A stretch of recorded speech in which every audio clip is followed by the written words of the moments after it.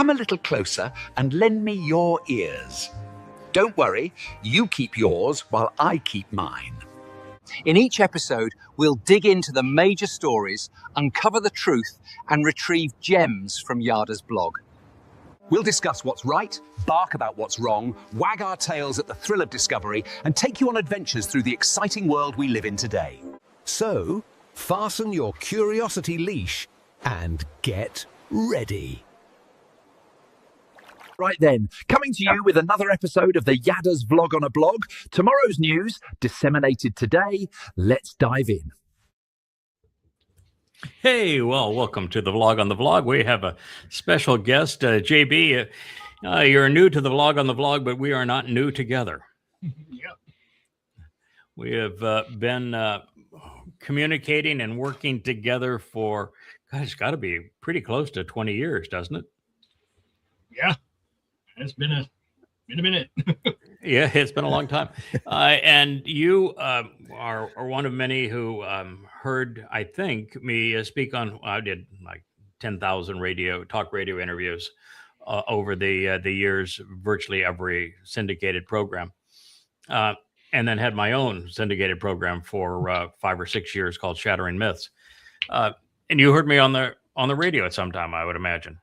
Yeah, actually, it wasn't a syndicated program. It was a very local radio host. I love David Gold, which I missed because he was a very good conservative, not Republican, but he was a great host. And yeah, he had you on, and I was literally mopping the floors at the restaurant I worked at while I listened to you on there. Oh, okay. Yeah, if conservatism were not linked to the Republican Party, I think we could all be conservatives in the sense of less government intrusion into people's lives, more personal responsibility, greater opportunity for free enterprise, less taxation, less military, less war, more freedom. We would all tend to want to conserve, which is to have less of government intervention in people's lives. Thomas Jefferson said, "The government that governs least governs best." Yes, and that, from a conservative point of view, I would agree with that, and I could easily be in fact, I would say that I'm way too conservative now to be a Republican, and have been so for a long time. Republican Party, of course, is way too religious, and this reptile here, he did my Donald Trump interpretation. I don't know if I got it right, but at least it was an effort. It's just pathetic. But the MAGAs have completely taken over the Republican Party, so there's nothing left of it other than the reptilian overlord here. But at least they got one conspiracy theory right after all this time. Reptilian overlords. Who would have thought? Who would have thought they'd have gotten that one right? They managed to do it. So I was on David Gold, huh? And that was, you were sometime in the Dallas area. Was that correct? Yeah. Okay. All right. And what was it that caught your attention?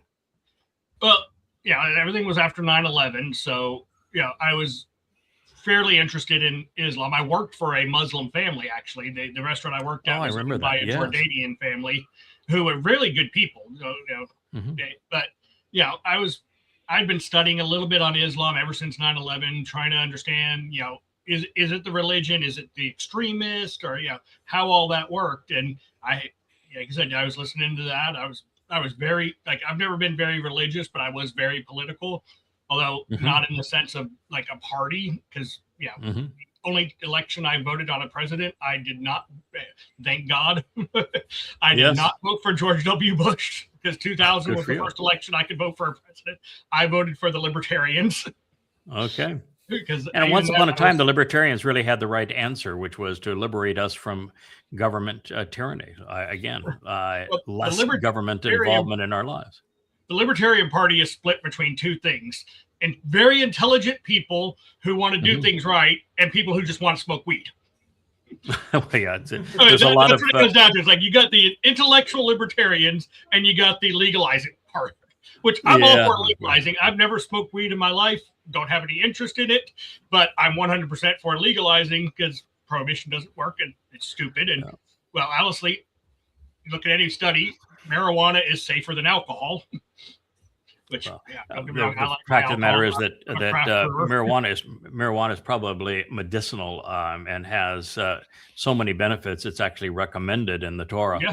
Speaks specifically of hemp, but in my view is that if you're going to go with the libertarian approach or conservatism, all things ought to be free. All things are not good. A society that has some cost or consequence of things that are not good for you, but still makes everything available to you, is much better than a society that tries to restrict every aspect of your life. Prohibition did not work, and so any law against marijuana, in my view, is religious and political paranoia, and ultimately stupid. I actually moved to an island where I think marijuana is more prevalent than water. Well, not salt water, but fresh water, perhaps. About a 90% usage rate. I don't personally smoke marijuana. I've been around it most of my adult life since college. I actually like the smell of it. It just does nothing for me. And you just you choose the kinds of things that you're going to do in your life that might dull your thought processes for a period of time. And about the furthest I'm going to go is I'll have a beer about once a month and a glass of wine with dinner several nights a week, and maybe when I go to a restaurant, an occasional Mai Tai or well, I haven't had a Mai Tai probably in 10 years, but a margarita. And so, that's about as far as I'm going to go. It's just a matter of choice. Life is a challenge, and you want to have your wits about you. And any drug, and marijuana is a drug, it does not have a beneficial effect on your ability to process information. It has a deteriorating effect. So, but anyway, we would both be conservatives, probably libertarians, but there is no advocacy for any kind of involvement in politics in the Torah. God is apolitical and anti-religious. So we have just followed his example, and we have opted out. It is actually a prerequisite for the covenant. It doesn't change the fact you can be conservative in your view of human governance, and you can still be non-political. When Yahweh recognized that Adam, who was his firstborn, had the potential for good and bad, but inside of the coddled environment of the garden, didn't have the opportunity to demonstrate that he could do something of value, or that he could fall and get back up, that he could be useful or reliable. And God put him out of the garden along with Chawa. And Nasalma man, which was the one thing that made Adam distinct from the other humans and other animals outside of the garden, when they became many, God says, "Oh, I regret having created," because many humans were bad humans. That we have the potential, although it is rare, to be good individually. We are always bad collectively. Now, if you take that to its natural conclusion, the more collectivized a government is, or a religious institution, the more people that are part of it, the worse it becomes from God's point of view. And if you look at the history of humanity, we would come to the same conclusion. The larger the empire, the larger the nation, the more influential the individual that is part of a religious sect or whatever, the worse they become. Even in the covenant, it's horrible. Yeah, largely in the covenant, it's a collection of individuals. One of the things that's been really interesting here is we've had so many people begin to post their own programs, or become the vlog on the vlog, or do Call Your Net Business program. Is that the overwhelming majority of people who have read my books and come to the site like you did, I did not even know for the first 10 years. And some I didn't know for upwards of 20 years. We had no correspondence, or if we had some correspondence, it was pretty minimal. You're one of the very few people that very early on you started correspondence, and you wanted to ask questions, and we would intellectually spar on issues in a very positive kind of a way. And so you were unique in that I got to know you early on, but that was rare. For the most part, people that read the books, I don't get to know for 10, 15, 20 years sometimes. I gotta say, even then, it was probably 4 or 5 years into reading it before I reached out to you in an email. And it was only when you started writing Introduction to God and you asked for editors that we started corresponding on a regular basis.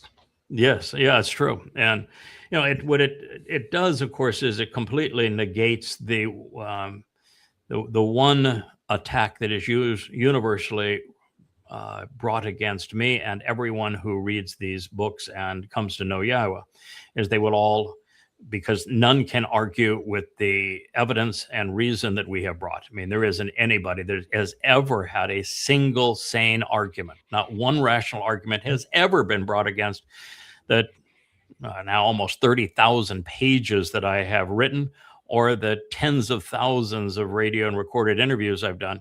I have not experienced a single, and I've answered probably 100,000 emails from people and callers online. I've not had a single person ever raise an issue that negated anything that we have said, ever. And we made a lot of controversial statements that are completely contrary to religion and politics. So they just resort to ad hominem attacks, and the ad hominem box they like to put people in to say that's a cult. But you can't have a cult if you have none of the traits of a cult. Our leader is Yahweh.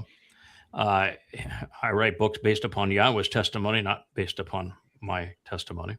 And we ask nothing from anyone. We very seldom meet. We very seldom even talk in one-on-one. We're a collection of individuals, all with the same goal, getting to know God, whose name is Yahweh, better. And all of that time, JB, asking somebody, would you like to participate in editing books is not much of a request by consider of cult standards. But have I ever asked you for any money? No. In fact, actually, there was a period where I was very sick, and you, amongst other people in the covenant, actually sent money to me. Yep, and that's, by the way, not uncommon. I guess we would be the dumbest cult in the history of cults, because there are many people, and I very seldom ever acknowledge this, but there are many, many, many people that I have sent money to when they were in trouble to help out. And never once have I ever received any money from anybody, ever. So, world's dumbest cult, I guess. We're not doing it right, huh? We're just not doing it right, pal.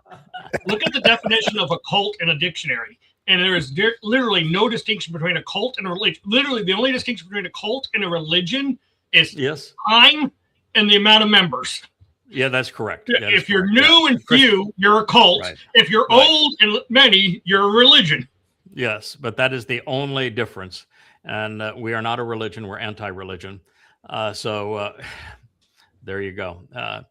Yeah. In fact, Kevin, you'd be part of this. You have a fairly simple means where you live, and you are super dedicated to what we do, and to do it effectively, you have to have the tools to do it. And so when you needed a computer, we did reverse cult, didn't we? We did reverse cult. Absolutely. We did reverse cult. And you've seen it because you've processed it a number of times. You've seen it happen a number of times since then. Oh, yeah. Reverse cult. Yep.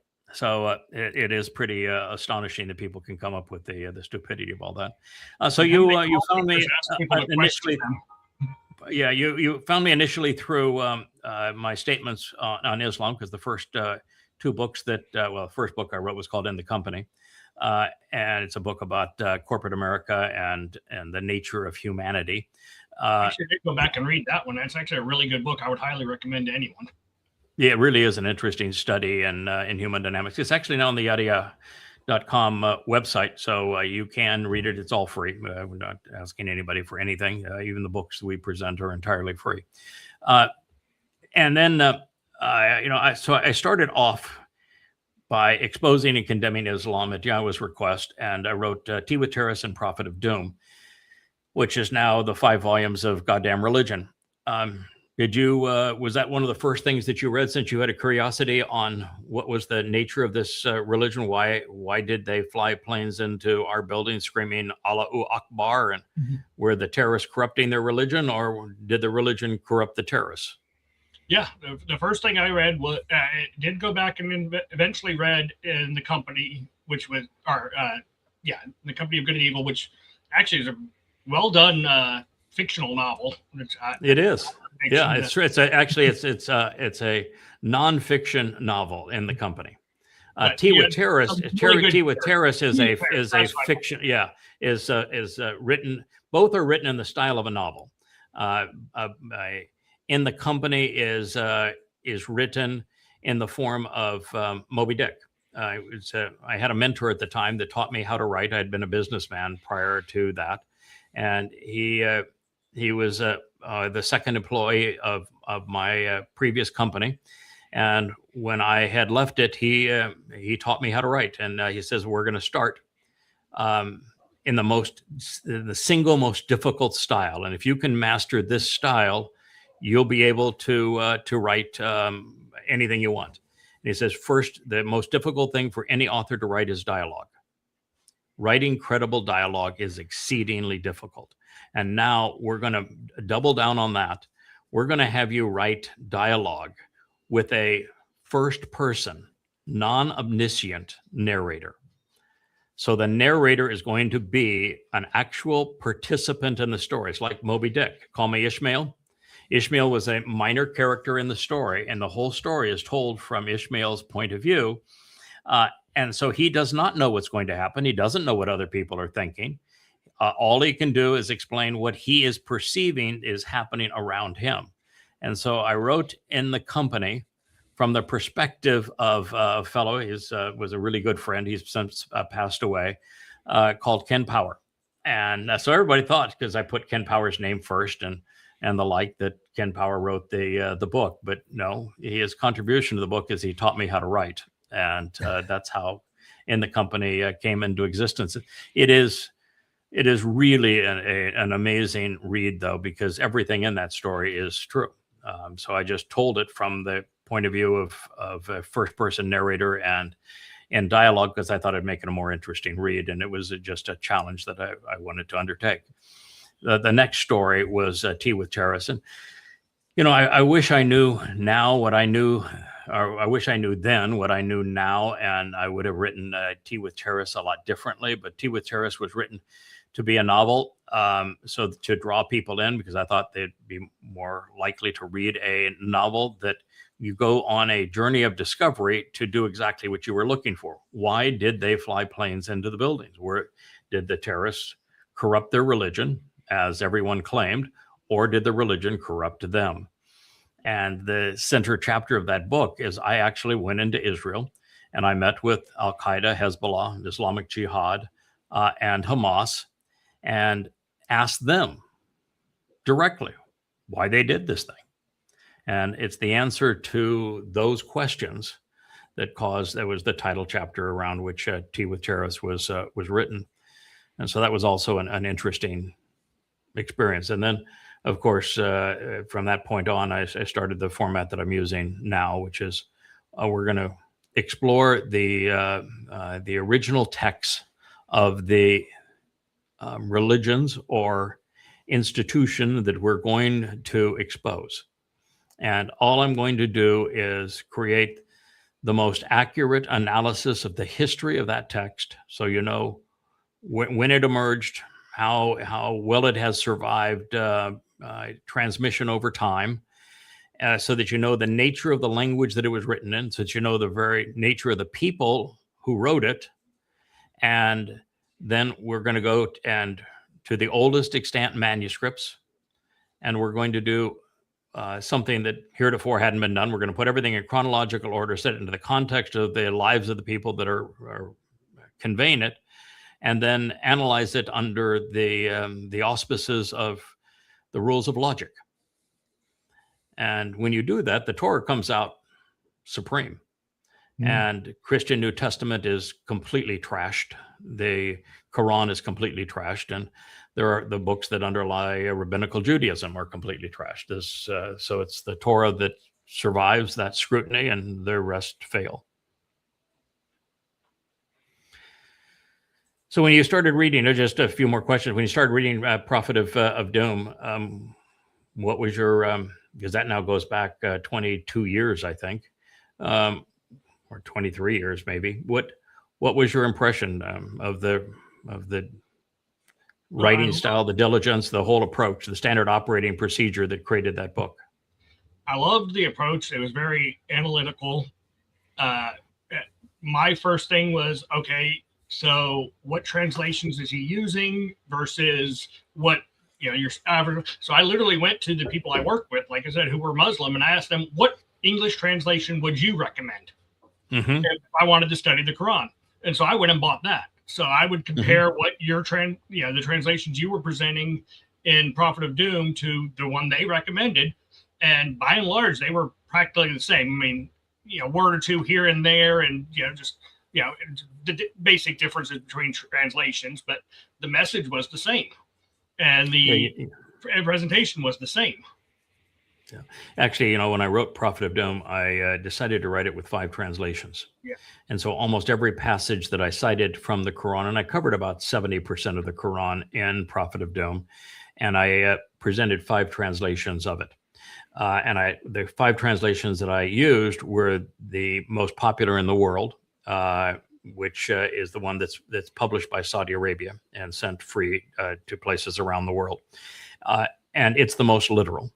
And then the most paraphrased, the most popular in America because it's written in it's like kind of the New International Version of the Quran. I included that because it's the most modern, upbeat translation. It tries to make Islam look good. And then I took the 3 most scholastically acclaimed translations, and I wrote Prophet of Doom saying the reason I'm not using one is I don't want to be accused of cherry picking, from the worst of something and somebody has another one. I'm going to give you 5 translations every time I quote it. And now in Goddamn Religion, one of the reasons it went to 4,200 pages in 5 volumes is I not only provide those same 5 translations throughout, but now I augment that with my own translation. Since I wrote that, Muslims have tried to copy the tools that are used to study Hebrew and Greek. And so they have now interlinears, and they have all manner of textual support where you can use an interlinear, click on the word, it'll give you the root, and subsequently, I learned that almost every word in the Quran is actually bastardized Hebrew. And so if you understand Hebrew, you'll know the Quran better than most Muslims. But now in Goddamn Religion, I have my own translation, and I validate the conclusions. And on the passages that are the most meaningful, the most important in the Quran, I will provide sometimes 20 translations. And I have access to a site that has some 70 of them, and I'll give people as many as 20 of them just to validate a point. And the other thing that caused Goddamn Religion to be a lot longer is that now, rather than covering some 70% of the Quran, I cover every verse of every surah of the Quran. And I take them all and I put them all in chronological order, and I set them all into the context of Muhammad's life. It's the most irrefutable, comprehensive, undeniable refutation of Islam ever written, because the entire refutation of Islam is based upon Muhammad's and Allah's own words and deeds. Mm-hmm. And I remember it was irritating because I used to listen to you on a lot of radio programs debating about Islam. And the single biggest one that everyone comes up with is, well, his translations are wrong. And you're like, it's not my translations. I'm using all of these. Yeah. But that was what they would go to, is like, oh, well, his translation of the Quran is wrong. Yeah. And of course, in Prophet of Doom, I did not have my own translation. Yeah. In Prophet of Doom, I relied on the 5 most popular and most scholastically acclaimed translations of the Quran. And by the way, even if a Muslim says, well, the Quran is only meant to be read in Arabic, the Arabic of the Quran cannot be read by any Arabic-speaking person. No, it's as different as, in fact, more different than Italian would be from Latin. They're not the same language. And so every Arab-speaking person today must have the Quran translated into modern standard Arabic, very different language. And what you find is the Quran is the same thing as the Christian New Testament. The words are rendered very often based upon their context, as opposed in the sentence, as opposed to the actual root meaning of the words. So most people haven't a clue what the words actually say. But for the first 20 years that book existed before I rewrote it, I did not even have my own translation in it. I only had the others. When I went back to write it, after I had written 35 other books and had spent my adult life translating Hebrew and coming up with a very systematic means to do it, and really, I don't think anyone's ever come close to the approach that I use in translating the Torah, prophets, and Psalms, that I've developed a lot of credibility and sophistication as it relates to Hebrew. And then you realize that the Quran is largely Talmud stories that the rabbis sold Muhammad, and everything in the Quran is Hebrew, including Quran. It's from Qara, to read and recite.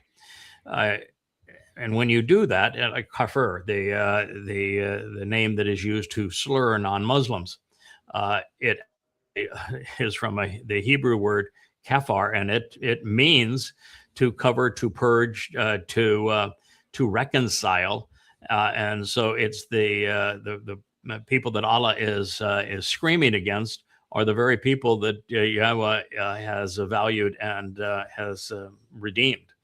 And so you just learn all sorts of things when you know the source of those stories, how they came out of the Talmud, and how rabbis sold them to them. And you read things like my Lord and Hebrew would be Adonai, but that's not how it reads in the Quran. It reads rabbi in the Quran, and it's just one of many, many proofs that it was the rabbis who conned Muhammad, and they wrote the Quran. So now I do have my own translation, in addition to anywhere from 5 others minimal to as many as 30 and 40 for some passages. So yeah, the book is just absolutely irrefutable. That's initially when I was answering emails to Prophet of Doom, and received tens of thousands of death threats.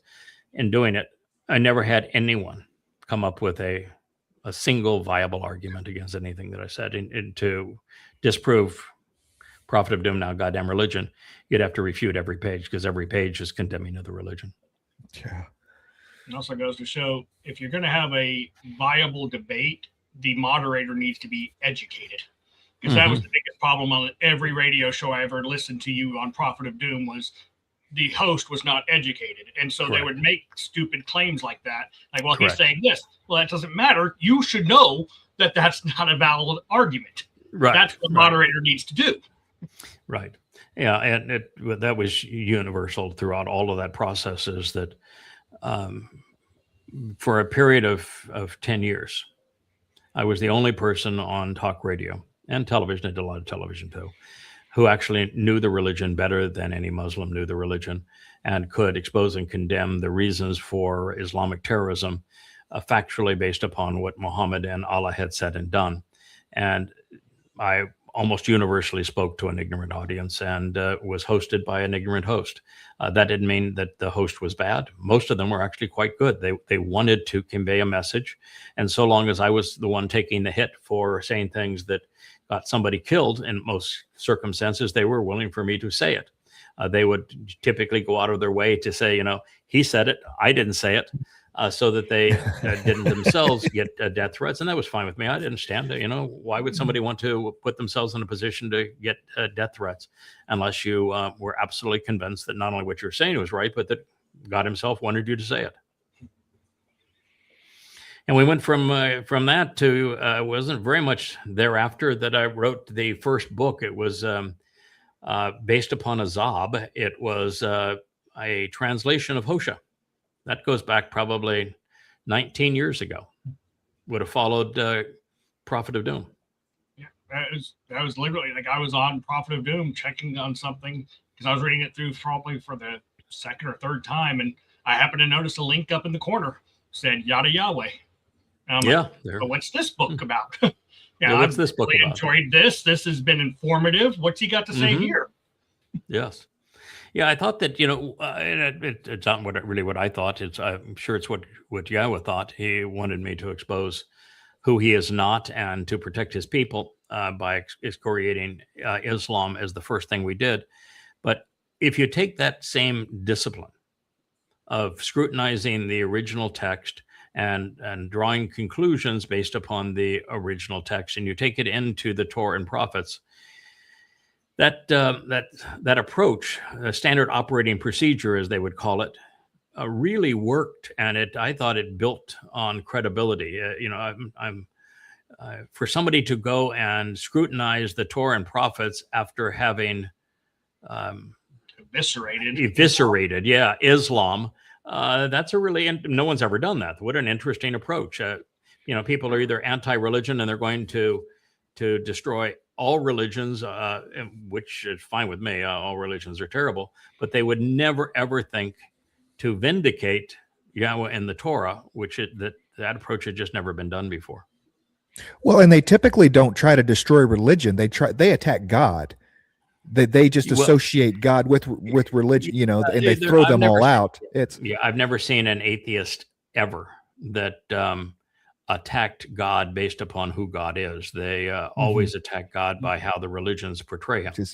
As such, that makes him an easy target because the religions are stupid. I mean, Christianity, God becomes a man. Men can kill God. Your founder of your religion is supposed to be God, but he can't write. Come on. I mean, the whole thing in bodily resurrection, you're going back to the Egyptians, and your whole religion is based upon the same pagan myths that the Romans and the Greeks all venerated. I mean, come on, it's so easy to. That was the lesson that Yada Yah taught me, was to separate God from religion, because I had rejected God because I rejected religions, and the idea that God was anti-religious never occurred to me. That's true. So it was just. I'm sure I'm the first person.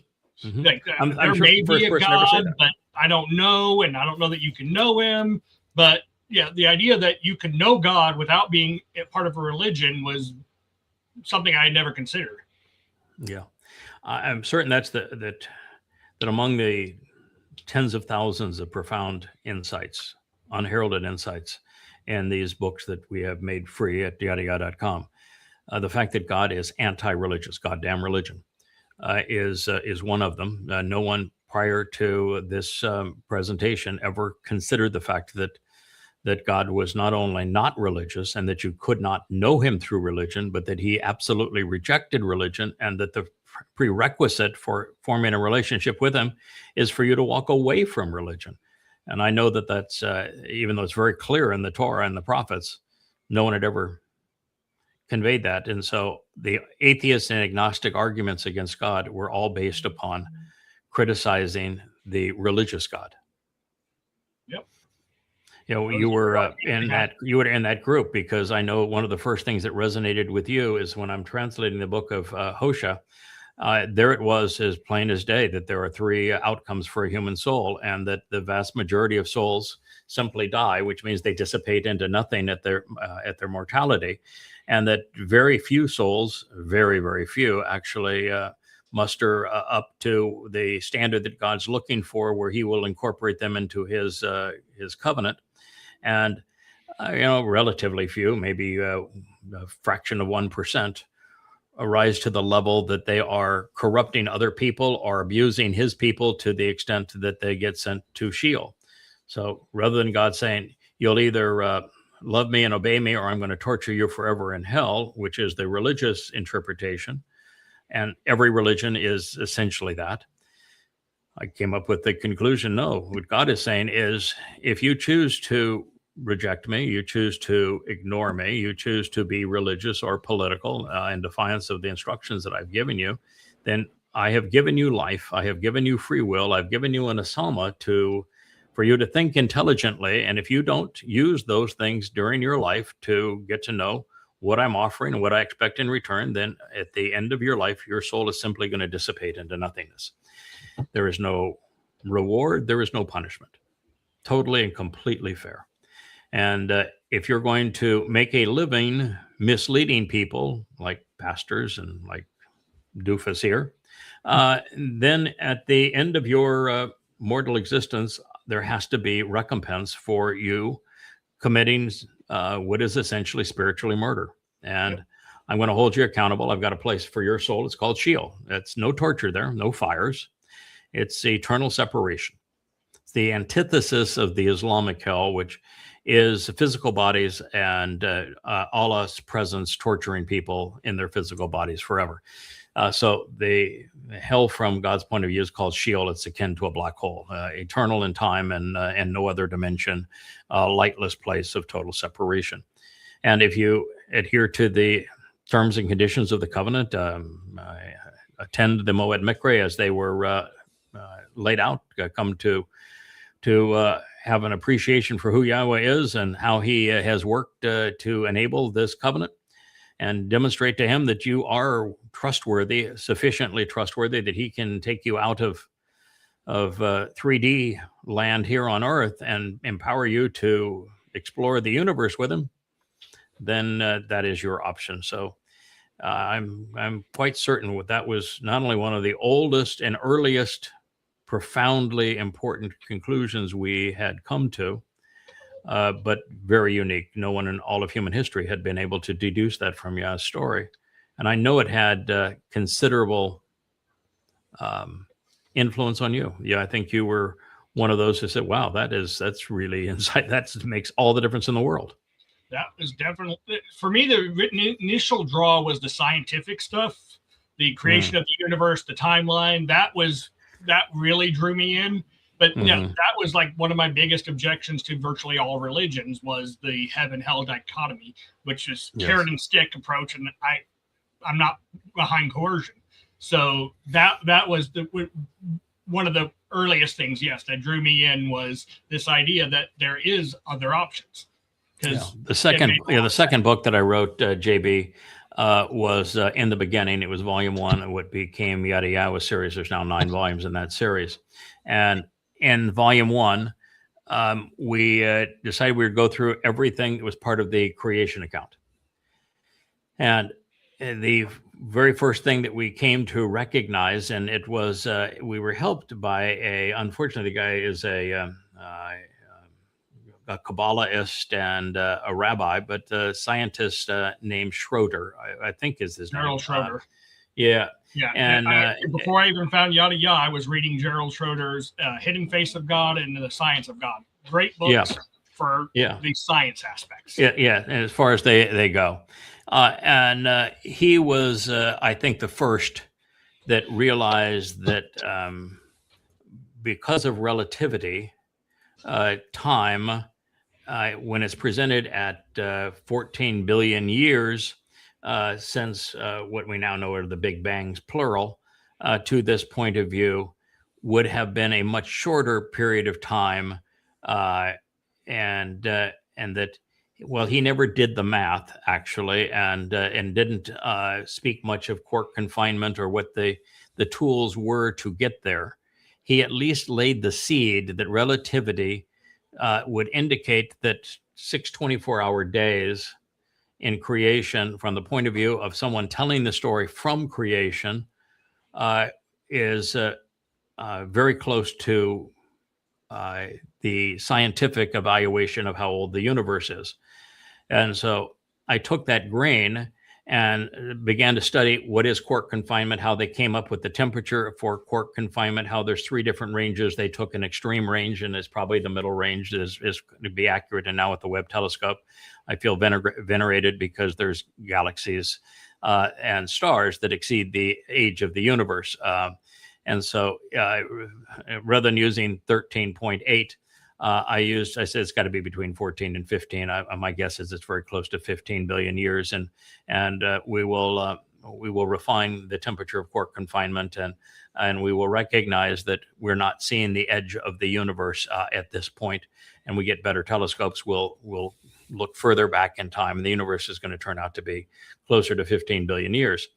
So I did that analysis, and then I did every analysis that you could use, from redshift to star evolution, and the analysis of what we knew at the time, and also of relativity, to say, okay, now I've given you a huge foundation. Now that I've given you this foundation, I'm going to do the math for you. And I took, I went between 14 and 15 billion years. I said, okay, we'll take that. We'll multiply that by years by days from Earth time, because that 14 billion years is calibrated on Earth time, and at creation, Earth didn't exist. We have a 3rd generation star that we're around, and so our planet is 4.5 billion years old, and so the universe is probably 15 billion years old. So you can't use Earth time to calibrate the genesis of the universe. So I said, all right, but we'll go back, and because we're calibrating this in Earth days, and I did the math to put it into days, and talked about what the Wilkinson probe had deduced from the cosmic microwave radiation that is still emanating from what we had thought at one time was a Big Bang. Now we know it is Big Bangs, plural. But it's I think it's 2.73 degrees Kelvin. And when you look at the wavelength from that, you know that time was stretched by 10 to the 12th power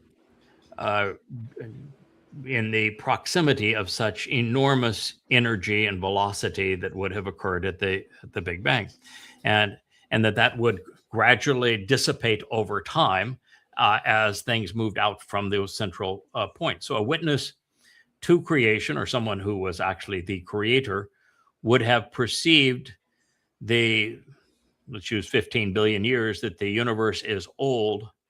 When you divide that by 10 to the 12th power, it is exactly 6 24-hour days.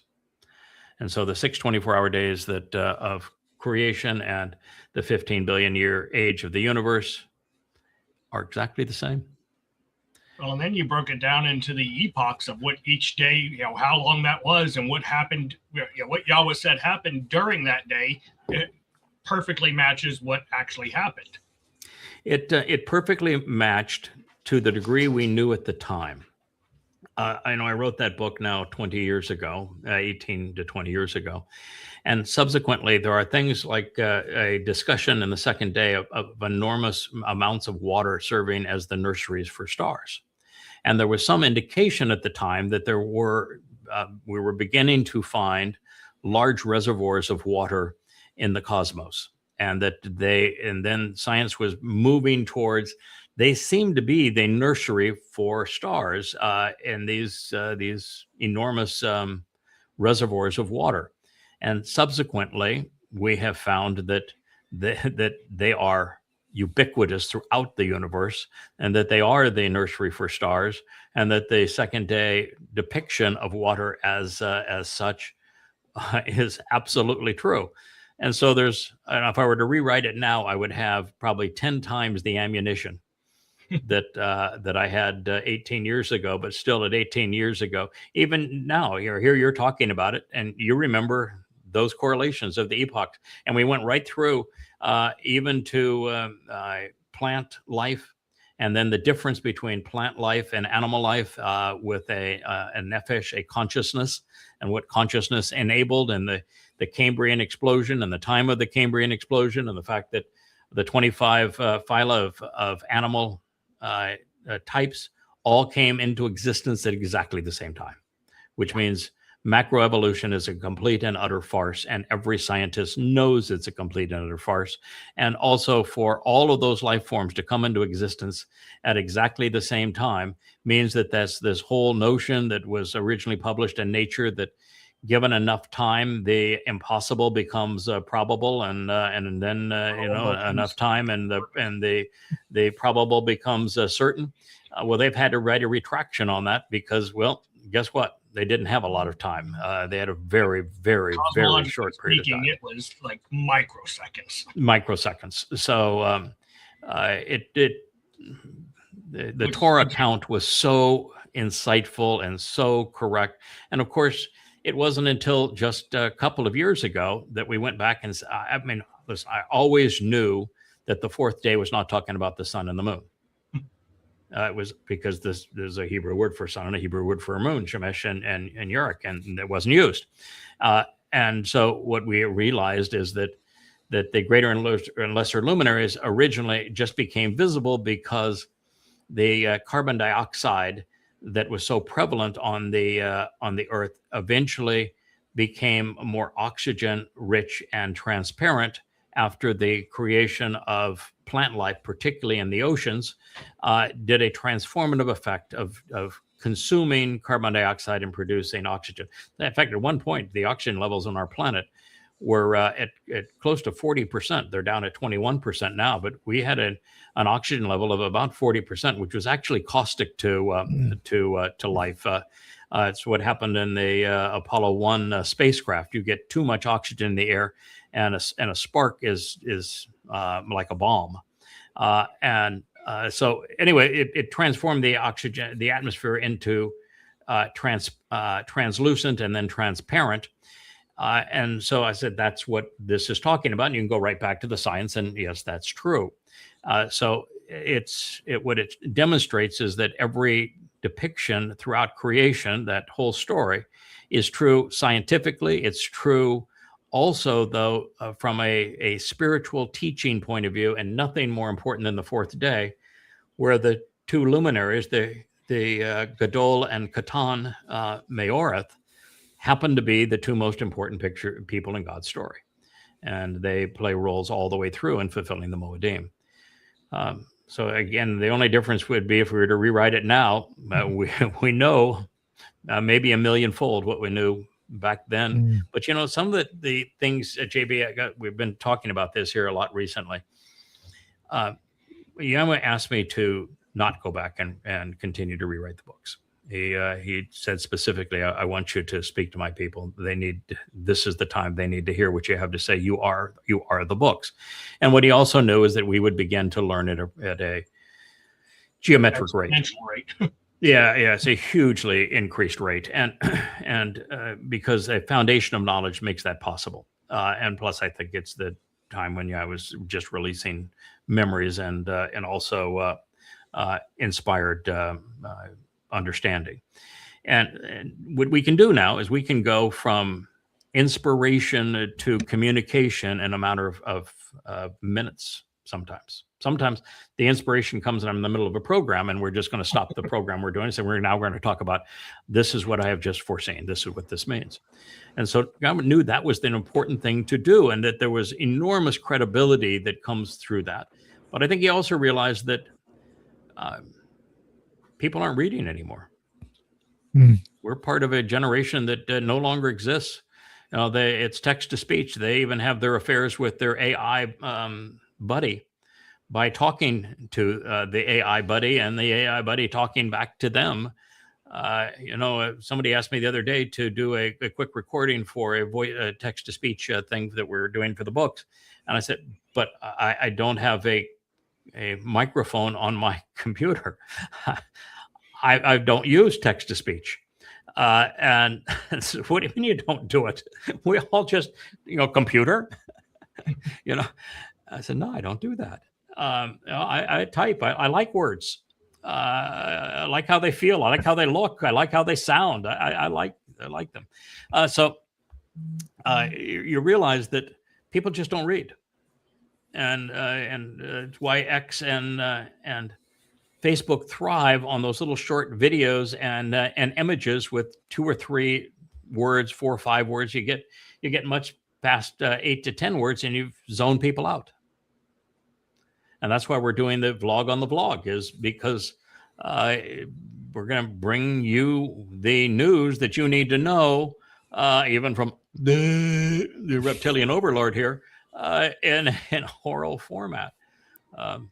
But at this point, if I went back to try to bring, it's not just so much correct, it is to bring the books up to what we know in every area. First of all, the almost 30,000 pages would become 60,000 pages. And already it's a full year's reading. If you get donated 3 hours every night to reading, it's a full year. So we're going to make it 2 years of reading. And the other thing would be is that it would take, now with 30,000 pages, take 3 years to go through them all. And then the other issue is it's going to shortchange what we're learning, because you'd be spending all your time enhancing and incorporating what you have learned into the old books. And by the time you've got through, whatever little time you're spending, advancing what you know, you'd have to go back through and be like the Golden Gate Bridge, have to start painting things all over again. And God just says, listen, they're good enough. And by the way, if you start by trying to tell the whole story in the first book, you're going to overwhelm people. Mm-hmm. There's nothing wrong with them reading you saying this here, and that over time you've grown to understand it as that plus this here. Take them on the journey with you. You didn't start with full knowledge. You learned, and take the reader with you as you learned. It's good that way. That's what I'm about to say. You need introductory material. Like if you were to hit people with so much of what we've learned recently, the introductory material is already overwhelming. You start throwing in all the new stuff. It's like you're just it almost becomes impossible at that point. Right. Like, JB, it was like you were saying on the book club the other day about how Written in Stone worked so well, because it was so 85 pages. It was compact, and it dealt with material that people thought they knew. Everybody knows the top 10, right? The 10 commandments. I've got to go back and write. I do need to go rewrite that one, because it's a book that we no longer have on the site, and it did a good job of that. The reason that I did not include it in the recent published materials is that it does require, that book really requires a complete rewrite, and it's largely because of what is said on the first 3 statements. Pretty much had nailed. Don't be religious. God's only got one name. It's Yahweh. And the unforgivable sin, the thing that you can never recover from, is changing, altering, negating anything pursuant to Yahweh's name. Those 3 are very clear, and they were very clear then. I probably know 100 times more about those things now than before. But it's in the next 2 that our understanding has become profound. Yeah, what is the Shabbat all about? How is it really is an actionable day, and what is God celebrating during the Shabbat, and what are the examples that He is bringing, and then who are the parents that you should view as significant. I'm about ready to write 200 pages on those parents, and we already have a volume called The Last Word Picture, the Mashal, that introduces the world to them, and it's about 600 pages there. But they turn out to be really important characters in God's story, and they are not your earthly parents. Well, that is, unless you happen to be one of the characters that they gave birth to in that story. And there's really none of them around right now. They're listening. Well, they probably are listening, but they're up in Shamayim with much better knowledge than I have. Although I've been there with them. You just don't, when you get redeployed, there is a learning curve always, because God really wants you to be grounded, and it's just more important that way. But It's a lot of work. I hope to do it. I'm going to do it. I've got these 3 volumes of Coming Home that I'm trying to publish simultaneously. And I've got another 200 pages to write of volume 6. And I've just finished my evaluation of Moshe. That wasn't his first life. It was Joseph. And his mom and dad were not random. His mom and dad are essential players throughout God's story. And the Amma that nursed him wasn't just some random employee of Miss Pharaoh. No, she was his mother. And and by the way, he was not released to the care of Pharaoh's household until he was a full-ass grown man. He was somewhere in his 20s, maybe even his 30s, could have even been almost 40. Because you go from him being brought back to Pharaoh's daughter, who paid for his upbringing and provided shelter for his upbringing so he could be raised by his mother and father. You go from that she, mom, who was called the Amma, and also has a name of Yochebed, significant to Yahweh. She raises him to Gadol status, significant in stature, powerful man, big, powerful, imposing man. And that's when she turns over to Pharaoh. And then the next line is that he walked out of Pharaoh's household, saw the taskmasters beating a Hebrew to death, and it was one of his brethren, and he knew him, and he killed the taskmaster. So he wasn't in Pharaoh's household, but days, and that's what it actually says. But very interesting, so different. It's like what you just said, JB. You start with material that people say, "Oh, I know that story," and it turns out that's not the story at all, not even close. And so you'll get a kick out of it's really an interesting reveal as to Moshe's actual upbringing and who he was and how he was positioned to do all of this. All right, so that's quite an adventure down our history together. Yeah, our history together, and I think it's interesting because you have a very credible voice in the Covenant family. People trust you because you've been consistent, which is really important for earning trust. You've been consistent now for 20 years in doing this. One of the very first things that you did is you created a website, the Bless Yahweh website, and you have probably the only full presentation of all of the audios that I've done, the talk shows and shattering myths shows and the Yahweh vlog that we did, not vlog, but the Yada Yada Radio that we did for so many years. You were a host on that show. And then you had your own translations and you presented the books as we would write them. And you've been a credible rock in this Covenant family for a very long time. Just one correction there. Bless Yahweh was actually Richard McCord's website. And I just want to give him credit for that because he did great with that. Mine is Yahweh Bereth. Yahweh Bereth. I'm sorry. Yahweh Bereth. I just don't want to take credit for Richard's work because he did great with his website. Richard is Richard McCord is who you're talking about. Richard McCord was a really interesting fellow, and we ran into each other about the same time I met you. He was down and out in the world. I mean, it's hard to imagine a guy that suffered more than he did. He really had a rough go of it, and yet he survived, overcame, and in that process, he came to know Yahweh and was very active in the covenant. He would also like to spar on issues, and for the most part did so. He didn't have quite the finesse that you had, or quite the intellect that you had, and so sometimes he would get a little overheated in his presentations. But I love the man's passion, and we really had a very good private relationship where we exchanged emails probably every other day, and I felt like it was really a part of his life, and he did really marvelous things. So you're right. That is Bless Yahweh and Your Yahweh Bereth. That's actually a better name.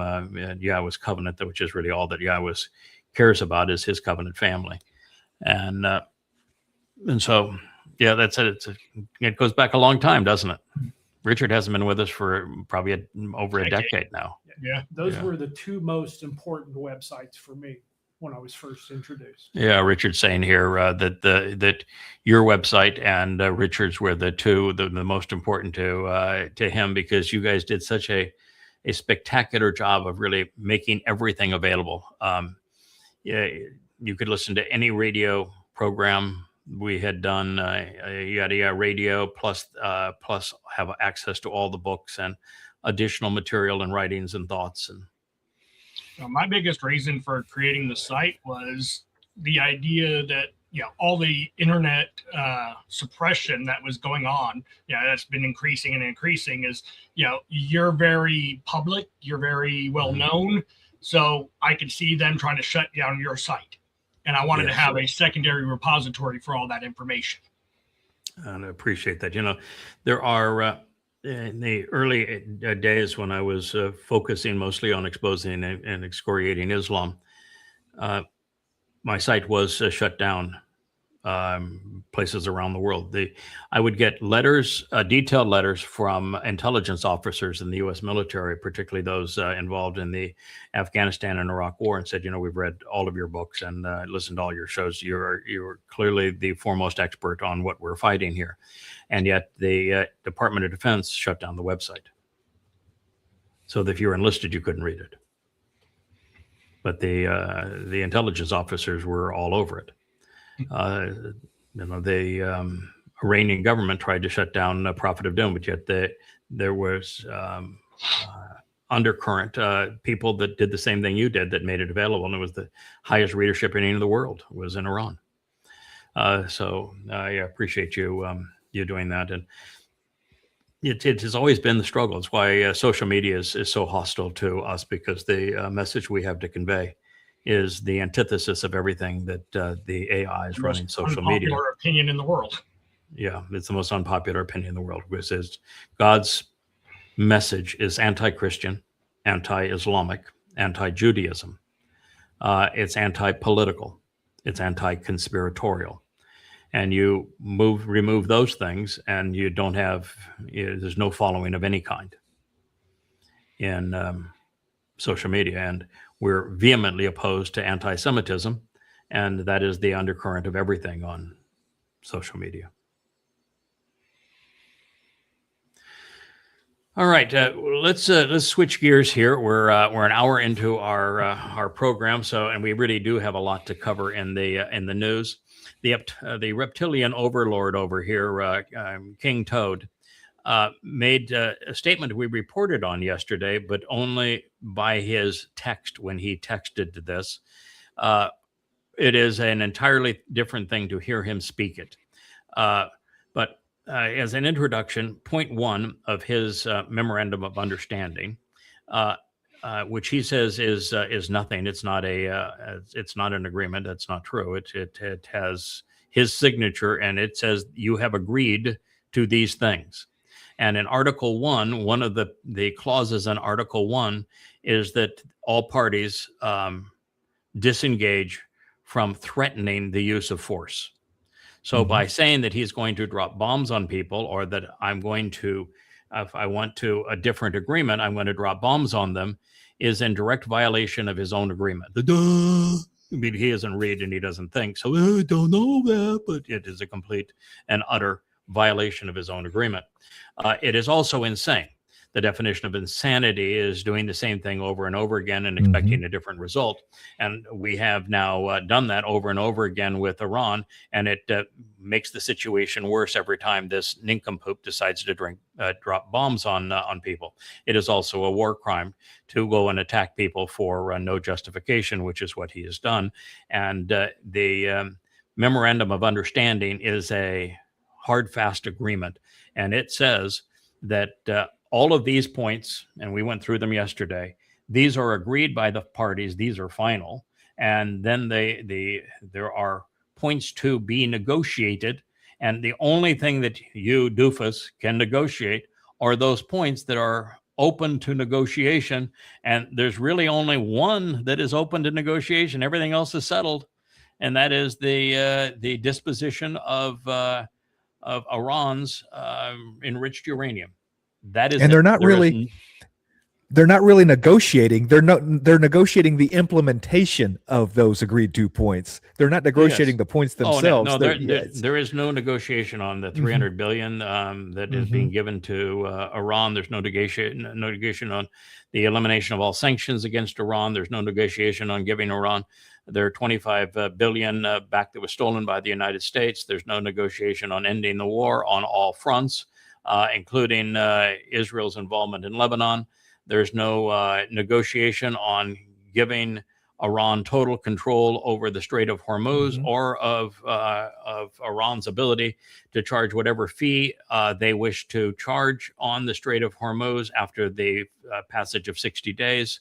The removal of U.S. troops from the region, the end of the blockade, non-interference in each other's governments, no continuation of the war, no threat of force. All of those things are absolutely agreed to. There's no negotiation on any of them. That is what the memorandum says that he signed. The only point that is negotiable is the disposition of enriched uranium. There is no negotiation on whether or not Iran can have a nuclear program. That has been agreed to. Yes, they can. There's no negotiation whatsoever on Iran's ability to continue to use their centrifuges to enrich uranium. They have that right. There's no negotiation on their mines to mine additional uranium. That is outside the scope of this. The last 2 points of this, the second to last, says that the only points subject to negotiation are those that are specifically to be negotiated, and they're really the only one is on the disposition of their enriched uranium. Iran is on record saying before, we don't want a nuclear bomb. We're not going to have a nuclear bomb. So that is not negotiable. It was a non-negotiable point previous, non-negotiable point now. And so it's only the disposition of uranium, and it's actually not the removal of it. The only negotiation is how much and by whom and to what extent is it downgraded from a certain percent to another percent. It doesn't even say the degree that it has to be downgraded. It doesn't specify who's going to oversee it, but it's not removed. It's just downgraded, but doesn't say how much, and doesn't say what happens after it's downgraded, whether it be taken right back. So he wants to compare this to Obama's PCA, and I'm here to tell you that that's like comparing a postdoc dissertation on quantum theory to the kindergarten school see Dick and Jane run. One's like 160 pages of detailed constraints on Iran's enrichment of uranium and development of a bomb with biting sanctions and everything else imaginable, and a transfer of a grand total of 1.7 billion of their money. And this one is a transfer of 325 billion, removal of all sanctions, and absolutely no agreement on anything pursuant to their nucure program. I mean, this one could have been written on a cocktail napkin. 3 pages.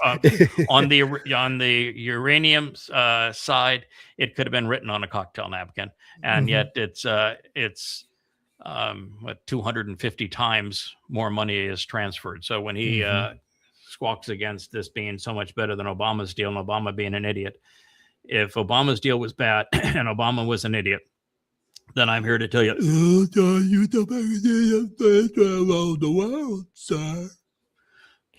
My interpretation. Let's go ahead and play it.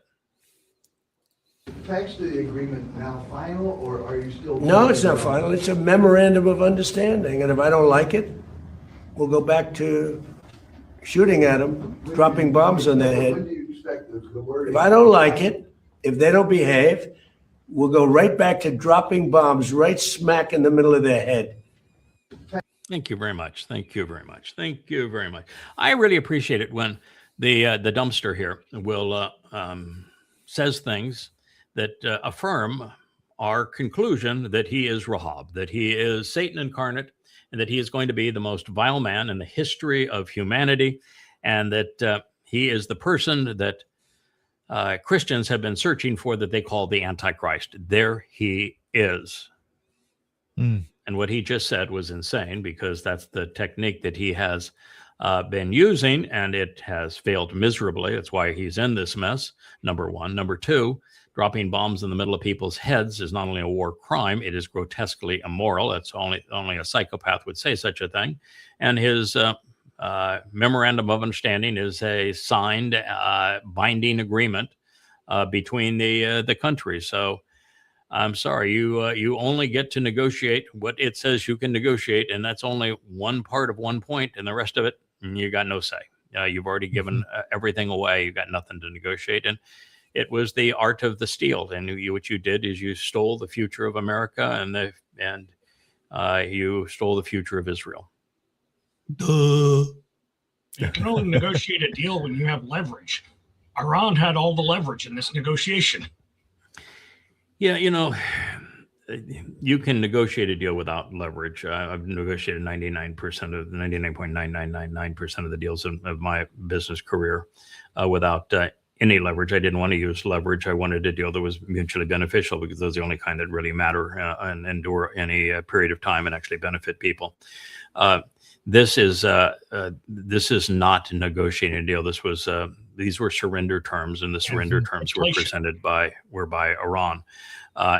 Trump could not resist these surrender terms, because if he didn't surrender, the Strait of Hormuz would have remained closed, and in so doing, the world's economies, including America's economy, would be destroyed. And so he put himself in a position where the only thing he could do was surrender. Now, the terms of surrender, if you have some leverage, you can try to mitigate the damage. The terms of surrender here, I think, were worse than the Treaty of Versailles. And the Treaty of Versailles, of course, signed in the same place as where Trump signed this, caused World War II. So this is a document of war. I think Iran realizes the document of war. They pushed their leverage too far, and you can do that. That's not a good negotiating when you do that. They pushed it too far, and they put Israel into a checkmate, and the U.S. into checkmate. And when you have a deal that egregious, you can be certain that both parties your opposing party is going to rebel against the deal, and there will be a continuation of war. But I think that's what the Iranians want. Well, yeah, they have the upper hand. Why stop? Yes. One of the things I really come to despise is people like this. She's got her little cross, and she's got her old little makeup and her cowboy hat, and she's still got her pearls in her cross. Yeah, I must be, and my pretty lipstick there. And she's not going to say a word. You can play it.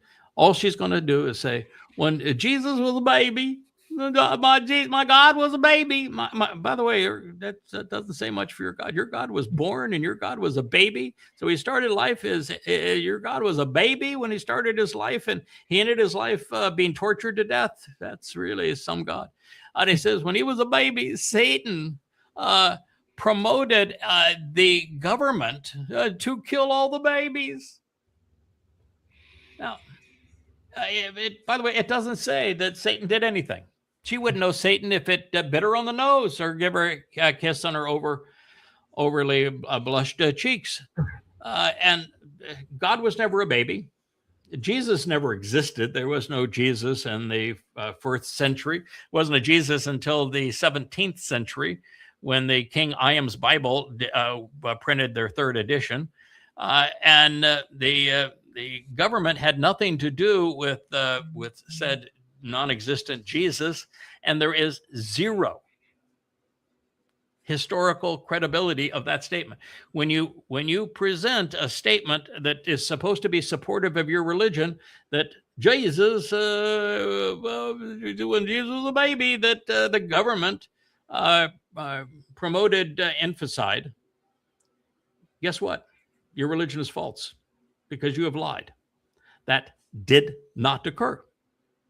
Now she says, new government, same demons. Let that sink in. So you are a moron. Go ahead and play it.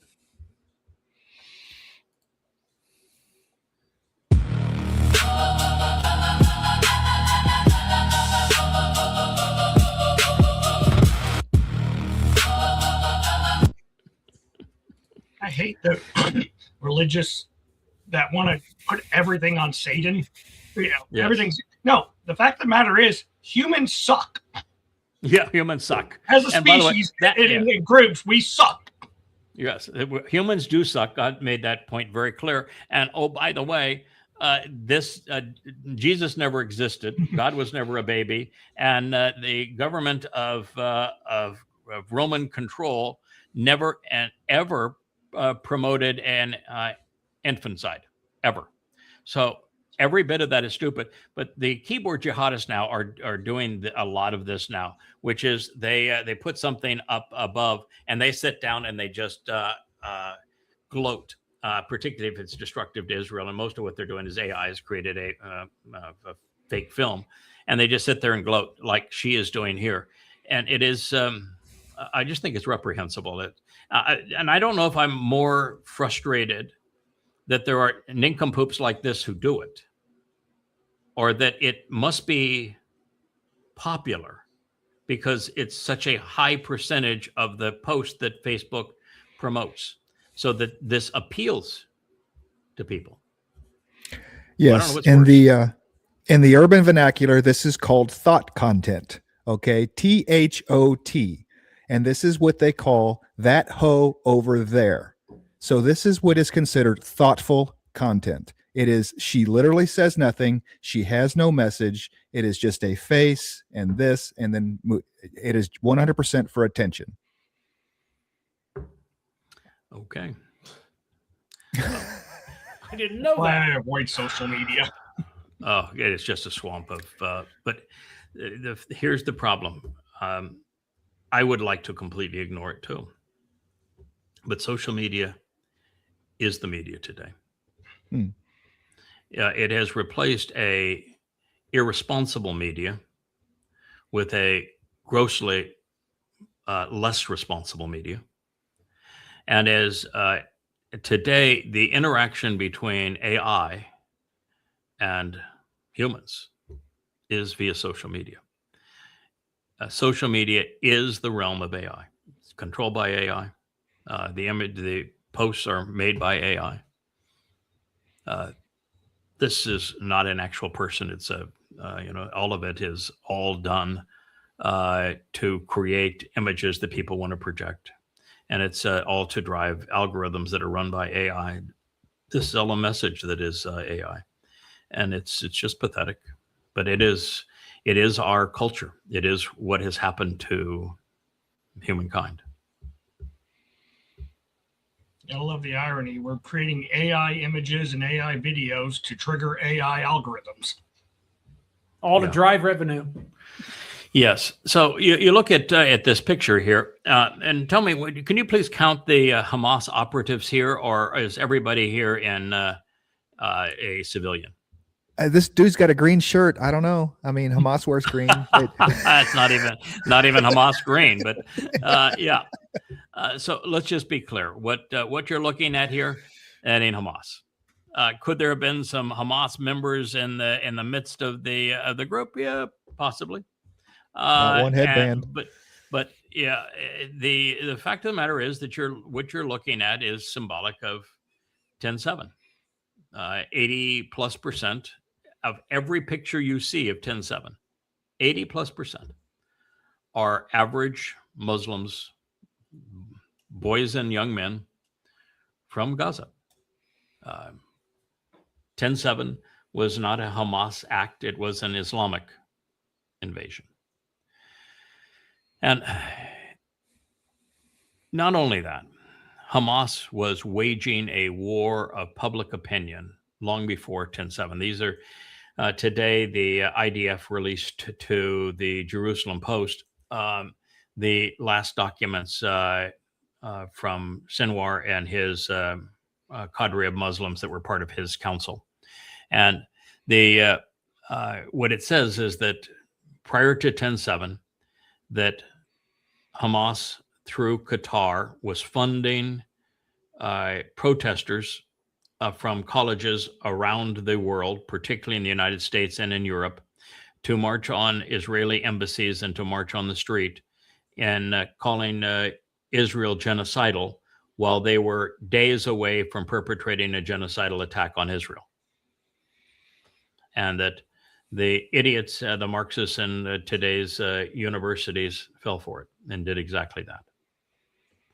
So the document lists a number of issues and recommendations, saying, for example, I quote, "It is critical to push the public sphere of slogans. From the river to the sea, Palestine will be free. Israel is committing genocide," slogans. Such as Al-Aqsa. Al-Aqsa is the name of the movement, Al-Aqsa Flood.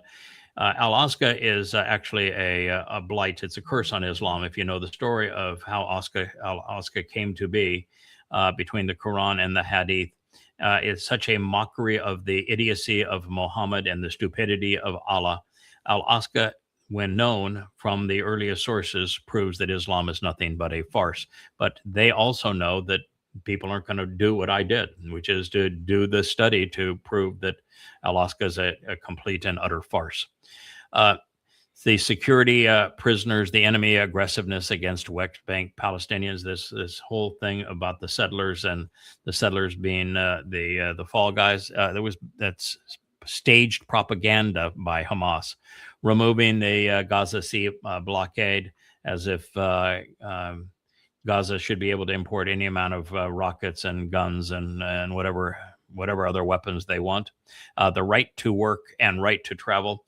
That means that they should have free access to Israel. They shouldn't have to knock down the fence to go into Israel and learn where the kindergartens are so that they can be more effective in destroying them and killing the kindergartners, and the right to medical care without being extorted at the Eretz crossing. In other words, the medical care for those who are now scheming to kill and abduct Jews and to torture Jews needs to be provided by Israel. They're complaining that Israel's hospitals are not immediately available to Gazan Muslims when the Gazan Muslims are here, not just plotting, but will within days go off and murder 1,200 Jews. Think about the audacity of that. Create your own hospitals. Maybe have your people learn to become doctors. Yeah, and don't put society. Yeah, don't put Hamas centers underneath those hospitals. These must be inculcated with determination into the national Palestinian consciousness. In other words, all of these complaints against Israel have to be part of the whole myth of the Palestinian story, of which there, of course, is no such thing as a Palestinian, and he knew it. Next, it recommended that all military forces be kept up to date and ready to act so that there is a comprehensive efforts with Qatar. Collaborator, first one listed. Turkey, collaborator. Algeria, collaborator. Kuwait, to keep pressure on Israel to improve this humanitarian and unemployment situation. Why is it Israel's responsibility to employ those trying to kill them? Those who are going to demonstrate that they celebrate killing them. And yet, look who the collaborators are: Qatar, Turkey, Algeria, and Kuwait. Curiously, Hamas recommended that a civilian delegation be sent to visit parliaments around the world to rally support for ending the sea blockade of Gaza because, well, they wanted to be able to send any manner of weapons to the Muslims in Gaza as they could to obliterate Israel, and to encourage weekly and monthly protests. So this is now that Hamas recommended civilian delegations are sent to the parliaments around the world to encourage weekly and monthly protests outside of American embassies worldwide. So they had begun to fight the war of public opinion based upon their talking points and they were going to do the most horrid crime ever and have sympathy worldwide because of the morons that are part of that Marxist collaboration with them. This is stunning. All right, so we got a lot to cover, so I'll let you go on. I don't blame you for not wanting to add to that. That's pretty sick, isn't it? There are so many times that people claim that the epic of Gilgamesh precedes the story of Noach, and that the story of Noach was based upon it. And I'm here to say, as Noach, that is just not true. But what nobody seems to recognize is that the tablets that we have that would date back, say, 2,700 years, don't get anywhere close to the time of the flood, not even close. And that they not only is the Torah history of what occurred 700 years older than the oldest one of those clay tablets. The story that the Torah tells with great specificity and detail actually begins 3,300 years before the oldest extant tablets of the Gilgamesh tale. The other thing that's also important to know is that the story that you have been told of Gilgamesh and the whole flood and that sort of thing, that's not in the oldest tablets.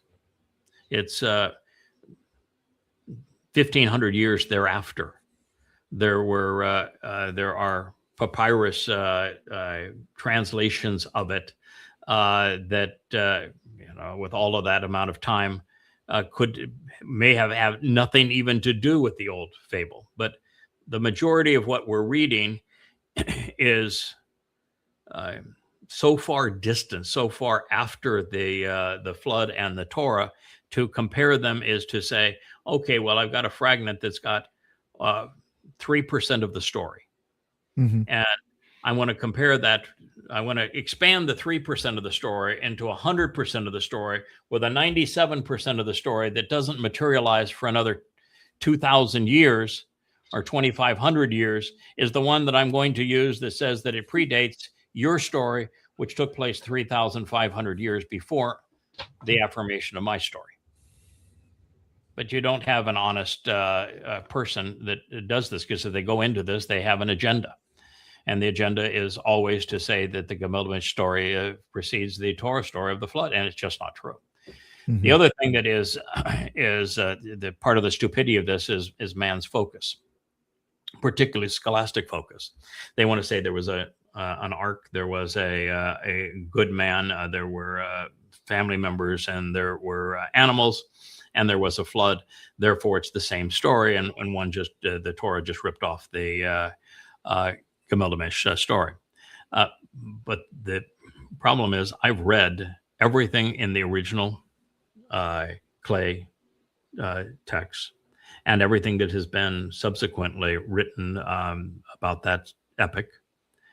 And those two stories differ by in the range of 99.5%. There's almost no correlation between the stories. So you can't say that one story was based on the other when they differ 99 times more than they coincide. So just ultimately stupid what people are willing to believe. Well, even beyond that, if you think about it logically, say it did predate it.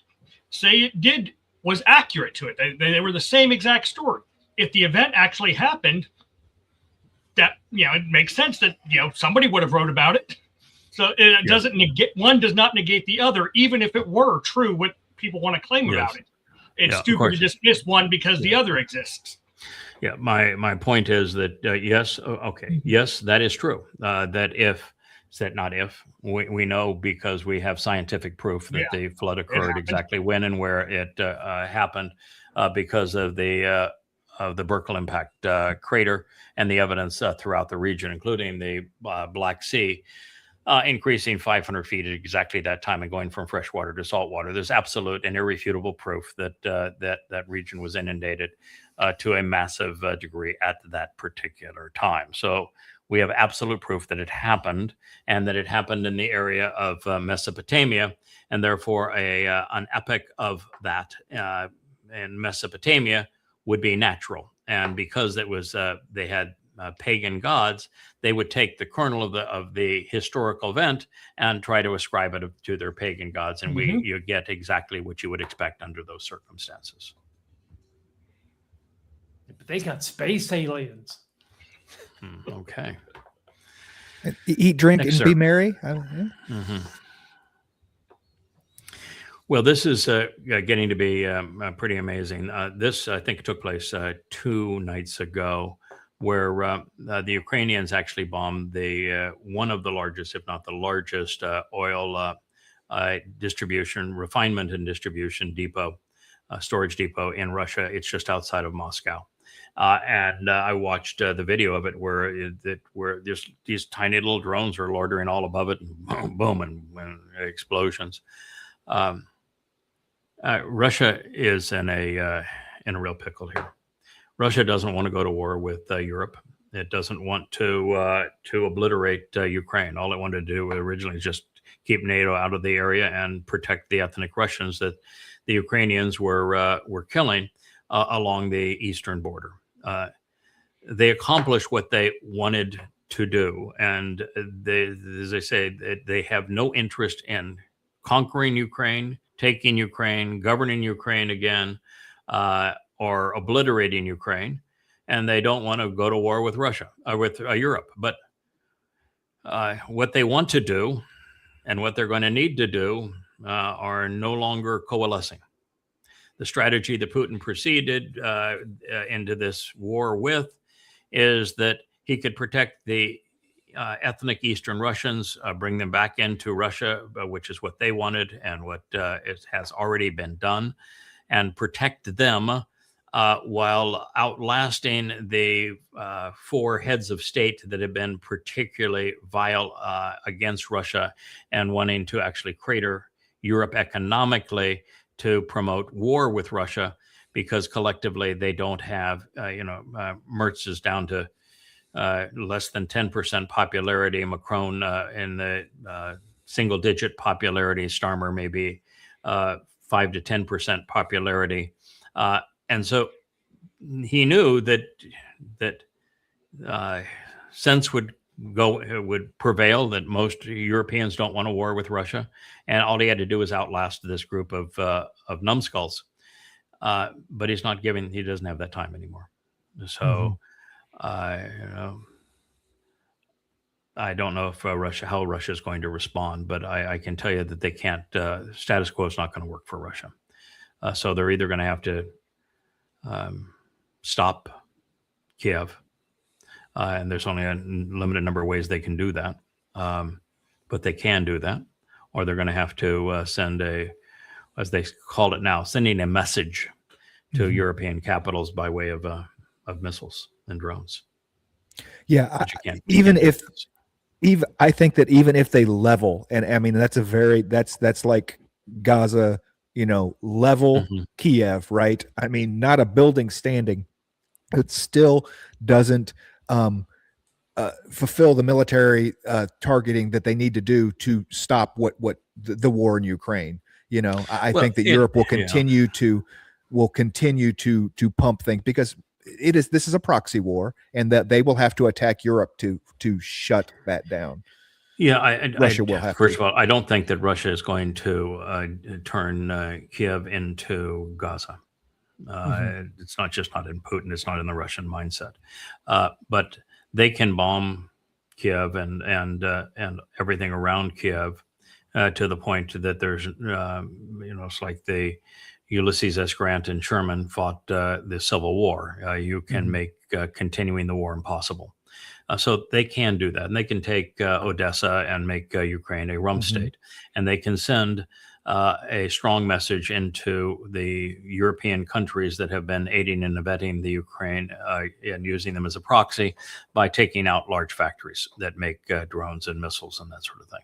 But there will be consequences of that, and I think Putin missed a tremendous opportunity when he didn't act while the Ukraine war was ongoing.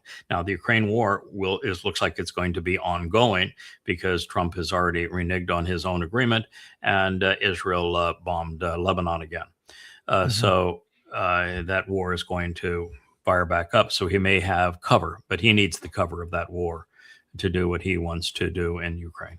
And I just think the world's in an exceedingly dangerous position because if this continues to happen like this and what happened in Leningrad earlier in the week, you continue to do that, and you'll put Russia in a position where their only response is to respond with nukes. And they will respond with nukes before they will allow you to continue to do this.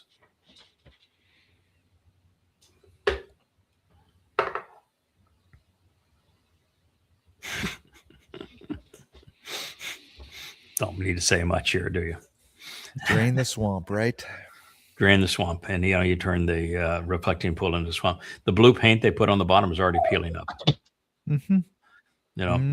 What, 14, 15, I don't know, $1 million non-contested bid from a donor, and he turned it into a swamp. That's the reflecting pool, all right. That's what he should see. A clown.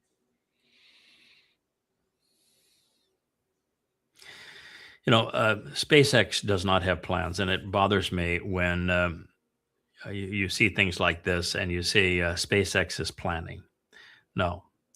Elon Musk is hyping his stock, and he's had his AI Gronk create these images of fairy tales.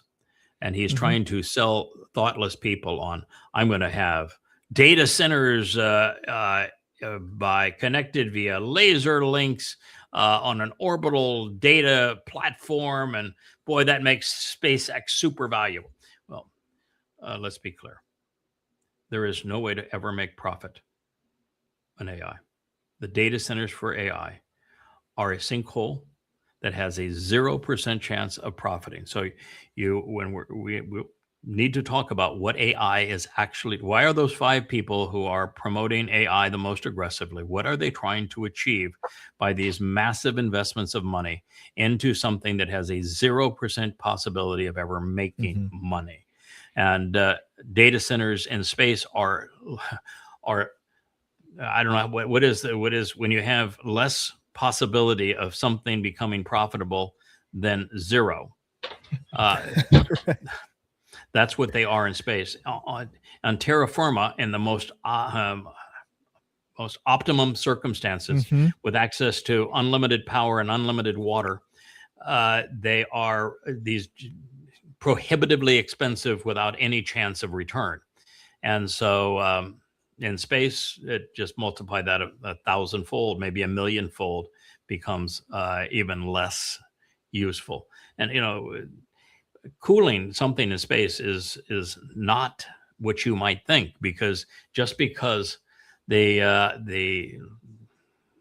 thin atmosphere at that point is exceedingly cold, there's no contact with anything to whisk the heat away. So cold doesn't really have much of a factor if there isn't any contact. And the swings are so huge. Yeah, right. You've got solar rays there. The impact of the sun's rays will take the temperature up really to very, very high numbers, because there is nothing to take the heat away. So for the solar cells to work, it has to be exposed to the sun. If it's exposed to the sun's going to make that thing burning hot, not to whisk temperature away. And that's the biggest cost of all of these things, is controlling the systems. They have to have liquid cooling systems to whisk the temperature away. And water, because of the surface contact of water, is so much more than air. You have to use chilled water as opposed to chilled air to cool these things. Otherwise, they stop performing. They just stop working. And in space, all you have is the aggravation of that. I mean, the reason that the James Webb Telescope has that huge 3-layer gold shield that you see that's so ubiquitous with its look, That's to keep the sun's rays from ever striking it. Because if the sun's rays strike it, it raises the temperature and the electronics no longer work. Mm-hmm. This is trying to do the opposite. It's trying to generate electricity through the solar panels, which means this is a complete and utter farce. He's not revealing what he is planning. He's hyping his stock. Yeah.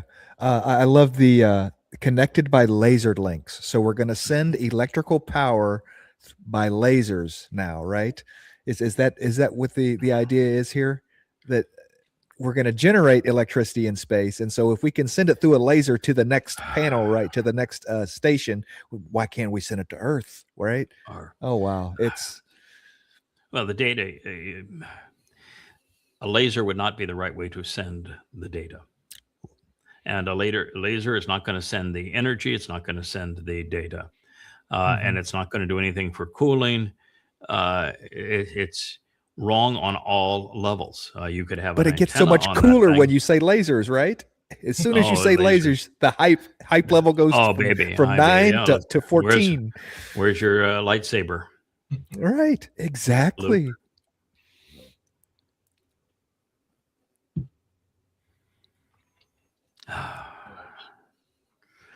Democrats, eyeliner boy wants you to know, Democrats have become anti-Semitic, anti-Christian, and anti-white.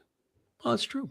The Dems are anti-Semitic, probably 95%. Anti-Christian, not so much. I don't think they care. Anti-white, not really anti-white, but the anti-Semitic part's right. But the thing about the Republican Party is that if you work hard, you play by the rules, boy, that would sure be Donald Trump, right? And you love this country, you are playing on our team. Do you think this piece of SHIT thinks that it's his team? Does he think there really is a Republican Party? There is no Republican Party.